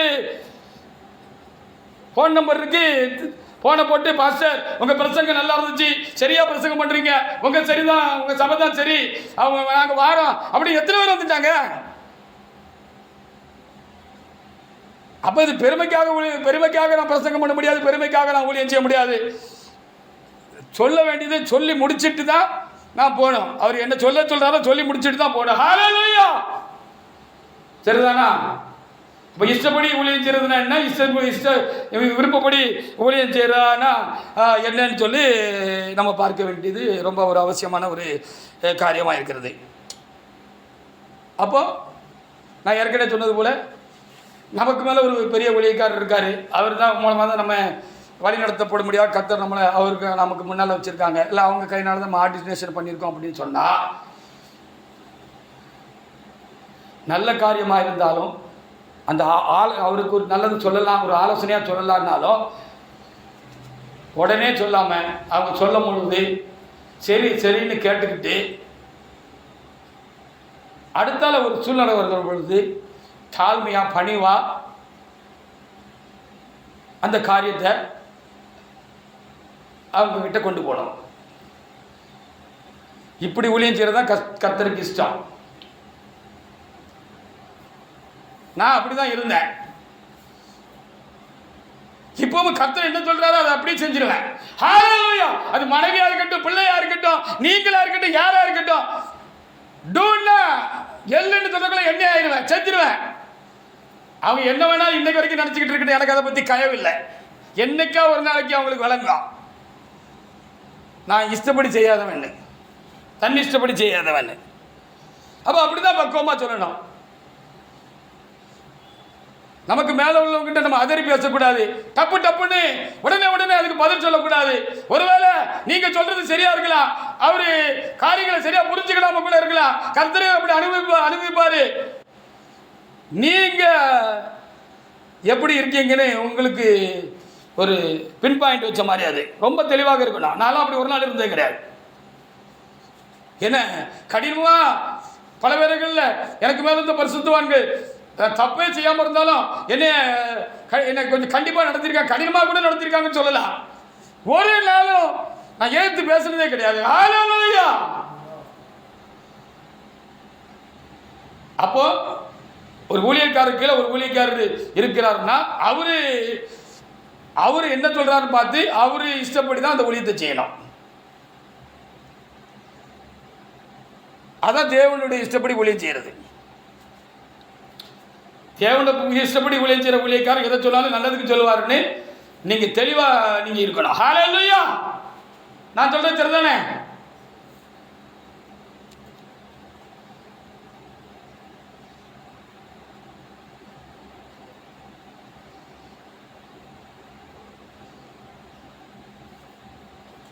அப்படி வேத புத்தகத்தில் என்ன செய்யப்பட்டிருக்கிறது, சொல்லப்பட்டிருக்கிறது. அப்ப நம்ம இஷ்டப்படி ஊழியம் செய்யறதுக்கு வரல. ஒன்று முக்கியமான ஒன்று, தேவனுடைய இஷ்டப்படி நாம் ஊழியம் செய்யறதுக்கு என்ன செஞ்சிருக்கிறோம், வந்திருக்கிறோம்.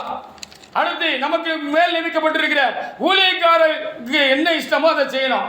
சரியான ஊழியக்காரருக்கு சரியா தான் சொல்லுவாங்க. அவங்க சொல்றதுல ஏதோ ஞான ரகசியம் இருக்கும், உண்மை இருக்கும், அது நமக்கும் ஏதோ பிரயோஜனம்னு இருக்கும். அதை நம்ம இப்போ விளங்கி கொள்ள முடியுங்கிறது தான் காரியம். உடனே நம்ம ஆத்திர அவசரப்பட்டுறக்கூடாது. எப்பவுமே உடனே பதில் சொல்லாம, உடனே பேசாம, நமக்கு பெரியவங்களா மூத்தவங்களா இருக்கிறவங்க, குடும்பத்தில் கூட அப்படிதான் இருக்கிறவங்க, மனைவி கணவனிடத்தில், பிள்ளைகள் பெற்றோரிடத்தில், வேலை பார்க்கிற இடத்துல, நமக்கு மேல இருக்கிற பெரிய எஜமான்கள்கிட்ட, நமக்கு முன்ன இருக்கிற மேலதிகாரி கிட்ட, இல்ல ஊழியத்தில் இருந்தா நமக்கு அதிகாரிகளாக தேவன் வைத்திருக்கிற தேவனுடைய ஊழியக்காரர்கள்ட்ட, தேவனுடைய மனுஷர்கள்ட்ட நம்ம என்ன செய்யணுமா? ரொம்ப ஏதாவது ஒரு காரியம்னா டப்பு டப்புன்னு நம்ம உடனே பேசிடக்கூடாது. கொஞ்சம் என்ன செய்யணும்? கவனமாக இருக்கணும். யாக்கோபு 1ஆம் அதிகாரத்தில் 19ஆம் வசனத்தில் வாசிக்கிற பொழுது பேசுகிறதுக்கு பொறுமையாக இருக்குன்னு சொல்லப்பட்டிருக்கு. பதில் டக்கு டக்குன்னு சொல்லக்கூடாது. புருஷன்கிட்டையும், நமக்கு மேலே இருக்கக்கூடிய பெரியவங்கிட்டையும், விசேஷமாக நம்மளை அபிஷேகம் பண்ணி மேலே இருக்க ஊழியக்காரங்கிட்ட டக்கு டக்குன்னு பதில் சொல்லக்கூடாது. ஒரு காரியத்தை சொல்கிறாரு, அது ஒருவேளை உங்களுடைய பார்வையில் அது குறைவுள்ளதாக இருந்தால் முதல்ல சரின்னு சொல்லி பழகிட்டு அமைதியாக பொறுமையாக இருந்து ஒரு சமாதானமான ஒரு சூழ்நிலை வருகிற பொழுது அதை மெதுவாக என்ன பிரதித்துவத்தோட அது மெதுவாக தான் அவங்ககிட்ட சொல்லணும். இதுவும் கர்த்தருக்கு இஷ்டமானது. பாருங்க, அங்கே எழுதியிருக்கிறது. ஆகையால் என் பிரியமான சகோதரி, யாவரும் கேட்கறதுக்கு தீவிரமாயும் பேசுகிறதுக்கு ரொம்ப பொறுமையாக இருங்க. பதில் சொல்கிறதுக்கு கொஞ்சம் லேட்டாக பதில் சொன்னீங்கன்னா அது நல்லா இருக்கும். அந்த நேரத்தில் சொல்லாமல் பின்னால் சொன்னீங்கன்னா அது நல்லா இருக்கும் அப்படின்னு சொல்லி அங்கே என்ன செய்யப்பட்டிருக்கிறது, எழுப்பப்பட்டிருக்கிறது. அப்போ ஒரு தேவனுடைய மனிதன் தன் இஷ்டப்படி ஊழியம் செய்யாதபடி தேவனுடைய இஷ்டப்படி ஊழியம் செய்கிறார் என்று சொன்னார். அவர் தன் இஷ்டத்துக்கு தனக்கு கீழே இருக்கிற ஊழியக்காருக்கோ விசுவாசிகளுக்கோ என்ன செய்ய மாட்டார், ஒரு காரியத்தை அவர் சொல்ல மாட்டார், செய்யாதுன்னு சொல்ல மாட்டார். ஹல்லேலூயா! தன்னுடைய மகிமைக்காக தனக்காக அவர் சொல்ல மாட்டார். இந்த தெளிவு நம்ம எல்லாருக்கும் நான் எல்லா காலங்களிலும் நமக்கு என்ன செய்யணும், இருக்கணும் அப்படிங்கிறது தான் ரொம்ப ஒரு முக்கியமான ஒரு என்ன செய்கிறது காரியமாக நமக்கு இருக்கிறது. அதுக்காக நான் ஆண்டவருக்கு நான் என்ன செய்கிறேன், அதிகமாக ஸ்தோத்திரம் செலுத்துகிறேன். 1 ராஜாக்கள் புஸ்தகத்தில் 20ஆம் அதிகாரத்தில்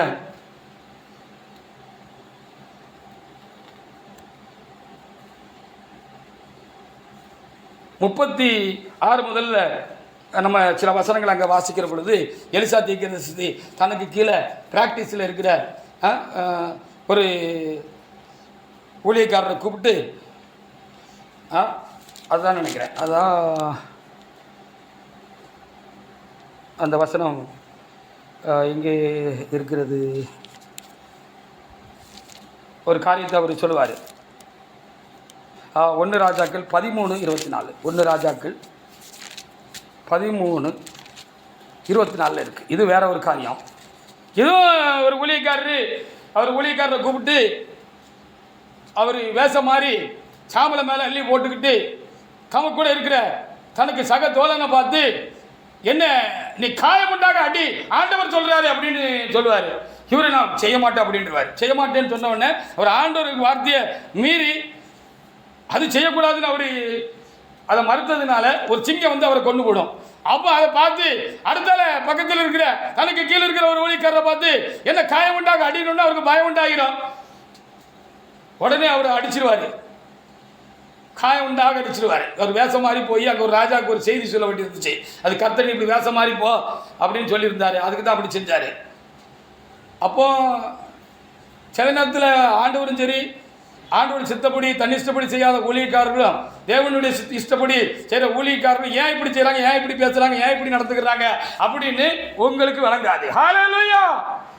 அதை நீங்கள் விகல்பமாக எடுத்துக்கிட்டு அவங்ககிட்ட ஏற்று நின்னீங்கன்னா நஷ்டம் ஊழியக்காரர்களை உங்களுக்கு தான். அதான் இங்கே காட்டுது. இந்த 13 என்ன சொல்லப்பட்டிருக்கிறதுனா, யெகோவை ராஜாவாக்க வேண்டும் என்று சொல்லி ஆண்டவர் எலிசாட்ட சொல்லிட்டாரு. அது எப்படி எடுத்து ஆக்கணும்னு சொன்ன பொழுது உங்கள்கிட்ட இருக்கிற அந்த மனுஷனை கூப்பிடுனாரு. அவர் கீழே இருந்து ஊழியம் செய்கிற மனுஷன், தீர்க்கதரிசி புத்தரில் ஒருவராக இருந்திருப்பார். அவரை கூப்பிடுனாரு. அவரை கூப்பிட்டு இந்தா அப்படின்னு சொல்லி தைல குப்பியை கையில் கொடுத்து, அந்த காலத்தில் ராஜாக்கள் அபிஷேகம் பண்ணுறதுக்கு தைல குப்பி நான் எடுத்துகிட்டு போய் அவங்க தலையில் வார்த்து அவர்களை அபிஷேகம் பண்ணுவார்கள். அப்போ அந்த பரிசுத்த ஆவியானவர் ஆசாரியர்கள்ட்ட இருந்த மாதிரி அவங்ககிட்ட இருந்து அந்த ஜனங்களை நடத்தக்கூடிய ஒரு காரியம் அவங்களுக்கு உண்டாகும். ஜனங்களை நியாயம் விசாரிக்கக்கூடிய, நடத்தக்கூடிய, யுத்தங்களை நடப்பிக்கக்கூடிய அந்த வல்லமை, அந்த ஆவி பரிசுத்த வல்லமை அவங்க மேலே இறக்கும். அல்லேலூயா. ஒவ்வொரு மனுஷனையும் என்ன காரியமாக கர்த்தர் அபிஷேகம் பண்ணுகிறாரோ அந்த காரியமாக அந்த வல்லமை கிரியை செய்யும். புரிஞ்சுக்கோங்க. விசுவாசிகள் இருக்கிற வல்லமை வேறு, ஊழியக்காரர்கள் இருக்கிற வல்லமை வேறு. ஊழியக்காரர்கள் பெரியவங்கள்ட்ட இருக்கிற வல்லமை வேறு. தலைமை பொறுப்புல அழைக்கப்பட்டிருக்கிறதான ஒரு ஊழியக்காரர்கள்ட்ட அவருக்கு மேல இருக்கிற வல்லமை வேறு, அவருடைய அபிஷேகத்தின் நிலை வேறு. இதான் காரியம், புரிஞ்சுக்கோங்க. அப்ப அவர்கிட்ட கொடுத்து நீ ஓடிப்போ, அங்க சேனாதிபதிகள் கூட்டத்தில் இந்த எகுன்னு சொல்லுறாங்க அந்த மனுஷனும் அவங்க கூட இருந்து ஒரு காரியத்தை குறித்து டிஸ்கஸ் பண்ணிக்கிட்டு இருக்காங்க. நீ கதவை திறந்துடு, சாத்தியத்தை இருந்து பேசுறாங்க, நீ தட்டெல்லாம் செய்யாத, கதவை திறந்துட்டு நீ ஓடி போய் உன் கையில் நான் கொடுத்துருக்கிறேன்னு அந்த அபிஷேக தைலத்தை எகு மேலே ஊற்றி உன்னை கர்த்தர் ராஜா வைக்கிறான்னு சொல்லி நான் உனக்கு சொல்ல சொன்னதெல்லாம் பட மலமலன்னு நீ சொல்லிட்டு கதவை திறந்து திரும்ப ஓடி போயிடு அப்படின்னு சொல்லிட்டார். அது எப்படி ஆண்டவரே, எப்படி ஆண்டவனே அப்படின்னு இவர் கேட்கல. உடனே அவருக்கு அதான் சரியான ஊழியக்காரங்க. நான் கர்த்தரை கீழ்படுகிறேனா, நான் கர்த்தர் சொன்னதை சரியா செய்கிறேனா, எனக்கு கீழே இருக்கிற விசுவாசிகள் என்ன பின்பற்றுங்க, நான் சொன்ன அது உங்களுடைய நன்மைக்காக தான் சொல்லுவேன். பெரிய அடிக்கடி இப்படி ஒரு வார்த்தை சொல்லுவாங்க, நான் சிரிச்சாலும் உங்க நன்மைக்காக தான், நான் சிறந்தாலும் உங்க நன்மைக்கு தான் சொல்லுவாங்க. சிரிச்சா என்கிட்ட சிநேகமா இருங்க, சிறந்தா விலைக்கு போங்கன்னு அர்த்தம் கிடையாது. சிறந்தாலும் ஐயா நல்லது தான் சிறவாருன்னு நீங்க நினைக்கணும். அதுக்கு நீங்க சிறந்தீங்கன்னா நஷ்டம் யாருக்கு? உங்களுக்கு தான். வீடுகளில் இருந்தாலும் கணவன் மனைவியாக இருக்கிறோம் என்று சொன்னால் ஒரு தேவனால் அபிஷேகப்பட்ட ஒரு தேவண்ட மனுஷங்கிட்ட ரொம்ப வாயாடக்கூடாது. அது உங்களுக்கு நல்லதில்லை. தேவன் பார்த்துக்கிட்டே இருப்பார், அவருக்கு எரிச்சல் வரும். ஆனால் உங்கள் பார்வைக்கு அவர் சரியில்லை, அதுக்காக ஒரு தேவண்ட மனுஷன், அவர் தேவனால் அபிஷேகம் பண்ணப்பட்ட தேவண்ட மனுஷனாக இருப்பார். சும்மா இஷ்டத்துக்கு பேசுவீங்களா நீங்கள்? ஏன்னா கோயில் பூனை தேவனுக்கு பயப்படாது அப்படின்னு சொல்லப்பட்டிருக்கிறது. கோயிலில் பெரிய மணி அணிப்பாங்க, டங் டங் டங் டங்னு மணி அணிப்பாங்க இந்த சிஎஸ்சிலாம். அப்போ கோயிலில் பழகாத பூனை, அந்த கோயில் வளாகத்திலே பழகாத பூனை ஒன்று அன்னைக்கு இந்த பூனையை சந்திக்கிறதுக்கு வந்திருக்குன்னு வச்சுக்கோங்களேன். நம்ம ஃப்ரெண்டை பார்த்துட்டு வருவோம், நம்ம சிநேகிதனை பார்த்துட்டு வருவோம்னு சொல்லி வந்திருக்குன்னு வச்சுக்கோங்களேன். டங் டங், அதாவது ஆராதனை ஆரம்பிக்க போதுன்னு அர்த்தம். டங் டங் டங் டங்னு பெல் அடிச்ச உடனே இது அது வாட்டில் எப்போ போல வந்த பூனைக்கிட்ட பேசிகிட்டு இருக்கோம். இந்த பூனைக்கு இந்த சத்தம் பழக்கம் இல்லை. இன்னைக்கு தான் அந்த டைமில் வந்திருக்கு, ஆராதனை ஆரம்பிக்கிற நேரத்தில் வந்திருக்கு. அது டங் டங் டங் டங்குன்னு அடித்த உடனே அது அலறி அடிச்சுட்டு ஓடிட்டேன். என்னப்போ பெரிய சத்தம் கெடுக்கு என்னன்னு தெரியல அப்படின்னு பயந்து ஓடிட்டேன். ஆனால் இந்த பூனை பயப்படலை. இந்த பூனை பயப்படல, ஏன்னா கூடவே இருக்கு, தேவன் கூடவே இருக்கு, தேவன் வாசம் பண்ணுற இடத்துல இருக்கு, மணி அடிக்கும் போது இருக்கு, பாட்டு படிக்கும் போது இருக்கு, பிரசங்கம் பண்ணும் போது இருக்கு. இந்த பூனை இருக்கு. பக்கத்தில் வீடு இருக்கு, வீட்டுக்கு வந்த பிறகு அந்த பூனை எழுத்து அந்த தேவன் கூட இருக்கு, தனக்கு தேவனாக கொடுக்கப்பட்ட அந்த தேவ மனுஷன் கூட இருக்கு, உட்காருதுக்கு எந்திரிக்கு, படுக்குது, தூங்குது, சாப்பிடுது இருக்கு. ஆனபடினால இந்த பூனைக்கு இப்போ அந்த ஊழியக்கு அந்த தேவட்ட மனுஷன் தேவனுக்கு பயந்து நடக்கிறவரு, அவர் இஷ்டப்படி ஒன்றும் செய்ய மாட்டாருன்னு இன்னும் விளக்காதனால வாயை ரொம்ப விரிவாக திறக்கும். ரொம்ப கவனமாக இருந்துக்கோங்க. எப்பவும் கர்த்தர் ஒன்று போல இருக்க மாட்டார். என்னைக்காவது நீங்கள் புரிஞ்சுக்கிட மாட்டீங்களா, தெளிவடைய மாட்டீங்களா, தெளிவடைஞ்சு உங்கள் பக்கத்தில் இருக்கிறது யாருன்னு புரிஞ்சுக்கிட மாட்டீங்களா சொல்ல விசுவாசிகளுக்கு அப்படித்தான். ஊழியக்காரனுங்க உண்மையான ஊழியக்காரங்கன்னு உங்களுக்கு எந்த வகையிலாவது தடவையாவது கண்டுபிடிக்கிற மாதிரி சில காரியங்களை ஒரு சம்பவம் மூலமாக ஏதாவது ஒரு காரியம் மூலமாக கர்த்தர் உங்களுக்கு காண்பிக்கிறாருன்னு சொன்னால் அவர்கிட்ட கொஞ்சம் பக்குவமாக மரியாதையாக நடந்துக்காங்க, பயபக்தியாக நடந்துக்காங்க. அவங்களுக்கு பயப்படுங்க. அப்போ இவர்கிட்ட சொன்ன உடனே இவர் என்ன செஞ்சார்? அதே மாதிரி போனார், வந்துட்டாரு. ஐயா போன காரியத்தை முடிச்சுட்டேன்னு. அப்போது நீங்கள் ஒருவருக்கு கீழே ஊழியம் செய்கிறீங்க, ஒரு கீழே வேலை செய்கிறீங்கன்னா ரொம்ப கவனமும் எச்சரிப்புமாக இருந்து அவங்களுக்கு பணி செய்யணும். அவங்களுக்கு இஷ்டமாக பணி செய்யணும். அவங்க இஷ்டமாக பணி செய்கிறது, ஆண்டவருக்கு இஷ்டமாக என்ன செய்கிறது? பணி செய்கிறது என்று சொல்லி ஆண்டவர் இந்த நாளில் நமக்கு என்ன செய்திருக்கிறாரு? நல்ல ஆலோசனைகளை தேவனாய் கர்த்தர் என்ன செஞ்சிருக்கிறார்? தந்திருக்கிறார். அதற்காக என் ஆண்டவருக்கு நான் ஸ்தோத்திரம் சொல்லுவேன். எதை செஞ்சாலும் ஒரு ஊழியக்காரன் விசேஷமாக நான் இஷ்டப்படி எதையும் செய்யாமல் ஆண்டவர் இஷ்டப்படி செய்யணுங்கிறதா கர்த்தருடைய காரியம். அதை உங்களுக்கு பரிசுத்த ஆவியானவர் போதிக்கிற வார்த்தைகள்னாலே என்னால் என்ற மற்றும் உங்களுக்கு விளங்க செய்தேன். நீங்கள் இந்த பிரசங்கத்தை மனதில் உள்வாங்கிக்கிட்டு நீங்கள் தனியாக போய் வீட்டில் இருக்கிற நேரத்தில் இந்த பிரசங்கத்தை உள்வாங்கிக்கிட்டு இந்த வசனத்தெல்லாம் குறிக்கிறீங்களா, அதையெல்லாம் திரும்ப உங்களுக்கு முன்னால் வச்சுக்கிட்டு முழங்காலிருந்து கண்ணை மூடி அந்த காரியங்களை திரும்ப இந்த ஆடு அசை போடுற மாதிரி அவசர அவசரமாக சாப்பிட்டு முழுங்கிருமா. அதுக்கப்புறம் இந்த ஆடு என்ன செய்யுமா? அதை திரும்ப சாப்பிட்டதை திரும்ப வாய்க்குள்ள கொண்டு வந்து நல்ல மென்று அரைச்சி உள்ளே அனுப்புமா. அப்போது அது நல்ல என்ன செய்யுமா? செமிச்சு அதோட சத்தெல்லாம் அந்த ஆட்டுக்கு கிடைக்குமா. அதை மாதிரி இப்போ எப்படியோ நீங்கள் கேட்குறீங்க, அவசர அவசரமாக கேட்குறீங்களோ, இல்லை கவனமாக கேட்குறீங்களோ, இல்லை தூங்கி கேட்குறீங்களோ, தூங்காமல் கேட்குறீங்களோ, எப்படியோ கேட்டுட்டீங்க. இதை போய் திரும்ப போய் நீங்கள் என்ன செய்யணுமா? வீட்டில் போய் அதை திரும்ப நீங்கள் அதை முன்ன வச்சு போட்டிங்கன்னா இதை தவிர இன்னும் நிறைய காரியங்களை ஒரு தேவண்ட மனசனாக இருக்கட்டும், ஒரு தேவண்ட பிள்ளையாக இருக்கட்டும், தான் இஷ்டப்படி விசுவாச வாழ்க்கையை நடத்தாமல், ஊழியத்தை நடத்தாமல், இந்த விசுவாச வாழ்க்கையில் நடக்காமல், ஊழியத்திலும் நடக்காமல் என்னெல்லாம் செய்யணுங்கிறத அவர் இன்னும் விளப்பமாக, இன்னும் தெளிவாக எனக்குள்ளே இருந்து இவ்வளோ தூரம் பேசுகிற ஆண்டவர் உங்களுக்குள்ளே இருந்து அதன்படி நடக்கிறதுக்கு விசுவாசிகளுக்கும் ஊழியக்காரர்களுக்கும் உதவி செய்வார். ஆனபடினால ஒரு ஊழியக்காரத்தில் மிகவும் முக்கியமாக இருக்க வேண்டிய ஒரு மேன்மையான நற்பண்பு, ஒரு தகுதி என்னன்னா, இன்றைக்கு தீத்து 1:7 நான் வாசித்த இதில் மத்திய பகுதியில் இருக்கிற எல்லாவற்றுக்கும் ரொம்ப முக்கியமானது, தன் இஷ்டப்படி என்ன செய்யக்கூடாது? அவர் செய்யக்கூடாது அப்படின்னு சொல்லி வேதத்தில் எழுதப்பட்டிருக்கிறது. அதற்காக என் தேவனாய் கர்த்தருக்கு நன்றி செலுத்துகிறேன். நான் மாத்திரமல்ல, எனக்கு கீழாக இருக்கிற ஊழியக்காரர்களாக இருந்தாலும் சரி, இல்லை எந்த ஒரு இடத்துல ஊழியர் செய்கிற ஊழியக்காரர்களாக இருந்தாலும் சரி, தன் இஷ்டப்படி ஊழியர் செய்யாதபடி அவர் இஷ்டம் என்னதென்று அறிந்து அவருடைய இஷ்டப்படியே நாம் ஊழியர் செய்ய வேண்டியது நம்மேல் விழுந்த கடமையாக இருக்கிறது. அப்பொழுது நாமும் ஆசீர்வதிக்கப்படுவோம். நம்முடைய காரியங்கள், நம்முடைய சபை மக்கள் எல்லாரும் ஆசீர்வதிக்கப்படுவார்கள். நாமும் பாதுகாக்கப்படுவோம், அவர்கள் பாதுகாக்கப்படுவார்கள். எல்லாவற்றுக்கும் மேலாக தன் இஷ்டப்படி செய்யாத ஒரு ஊழியக்காரனும், இஷ்டப்படி செய்யாத ஒரு விசுவாசியும், அவருடைய இஷ்டம் என்னதென்று அறிந்து அவர் இஷ்டப்படி நடக்கிற யார் ஒருவரும் தான் அவர் இஷ்டப்படி நடக்கிறதுனால் மோட்சம் போய் சேர முடியும். நாம் கிறிஸ்தவர்களாக இருக்கிறது, நாம் ஊழியத்துக்கு வந்தது, ஊழியம் செய்கிறது எல்லாமே ஒரு முக்கியமான நோக்கத்துக்காகத்தான். அதுதான் பிரதானமான நோக்கம். 50, 60, 70, 80, 6, 100 நாம் இந்த ஓட்டத்தை முடிக்கிற பொழுது நாம் என்ன செய்யணும்? நம்முடைய ஜீவன் இயேசுடைய கரத்தில் மோட்சத்தில் இருக்கணுங்கிறது தான் பிரதான நோக்கம். அதுதான் நம்முடைய மன்றாட்டமாக இருக்கணும்.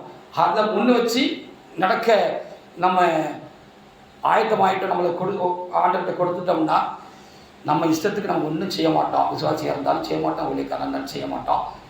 அவருக்கு என்ன இஷ்டம்னு பார்த்து செய்வோம். அப்போ தான் நம்ம மோட்சம் போய் சேர்வோம் என்று ஆண்டவர் சொல்ல சொன்ன இந்த வார்த்தைகளுக்காக நன்றி செலுத்துகிறேன். இது யூகேஜி, எல்கேஜி 1வது 2வது ஊழியம் அல்ல. இது பல்கலைக்கழகத்திலே செய்யப்பட வேண்டிய, பாடம் எடுக்க வேண்டிய ஊழியம். நீங்களெல்லாம் இன்னும் சிறு பிள்ளைகள் அல்ல. நீங்களெல்லாம் ஒரு பல்கலைக்கழகத்தில் பட்டப்படிப்பு மேற்படிப்பு படிக்க வந்திருக்கிறவர்கள். ஆனால் ஒரு நாள் உங்களுக்கு கிளாஸ் எடுக்கிறது சின்ன பிள்ளைகளுக்கு எடுத்த போல கிளாஸ் எடுக்க முடியாது. அந்த படிப்புக்கு நீங்கள் வந்து அந்த காலத்துக்கு வயதுக்கு நீங்கள் வந்து இருக்கிறபடினாலே அதுக்கேற்ற கிளாஸ் தான் எடுக்க முடியும். அது 1.5 மணி நேரமாக இருக்கலாம். அது கண்டிப்பாக நீங்கள் கற்று தேர்மொழியாக அந்த காலங்கள் சமயங்கள் கூட இருந்தாலும் உங்களுக்கு கொடுக்கப்படுகிறது என்பதை நீங்கள் அறிந்து எல்லா காரியத்திலும் நீங்கள் கீழ்ப்படுகிறவர்களாக தேவசமத்தில் காணப்படுங்கள். பிரசங்கமாக இருக்கட்டும், ஊழியமாக இருக்கட்டும், நடத்திப்பாக இருக்கட்டும், எந்த ஒரு செயலாக இருக்கட்டும், நான் என்னுடைய இஷ்டத்துக்கு இதையும் செய்கிறதில்லை. என் தேவனுடைய இஷ்டத்துக்கே நான் செய்கிறேன். இன்னும் எதிலாவது குறை இருக்கா அப்படின்னு நான் நோண்டி பார்த்து என்னை சரி செய்து கொள்ளவே என் தேவனுடைய கரங்களில் நான் ஒவ்வொரு சமயங்களும் ஒப்புக் கொடுக்கிறேன். நீங்கள் அப்படி காணப்படுவீர்களாக. கர்த்தர் இந்த வார்த்தைகளை ஆசீர்வதிப்பாராக. ஆமென்.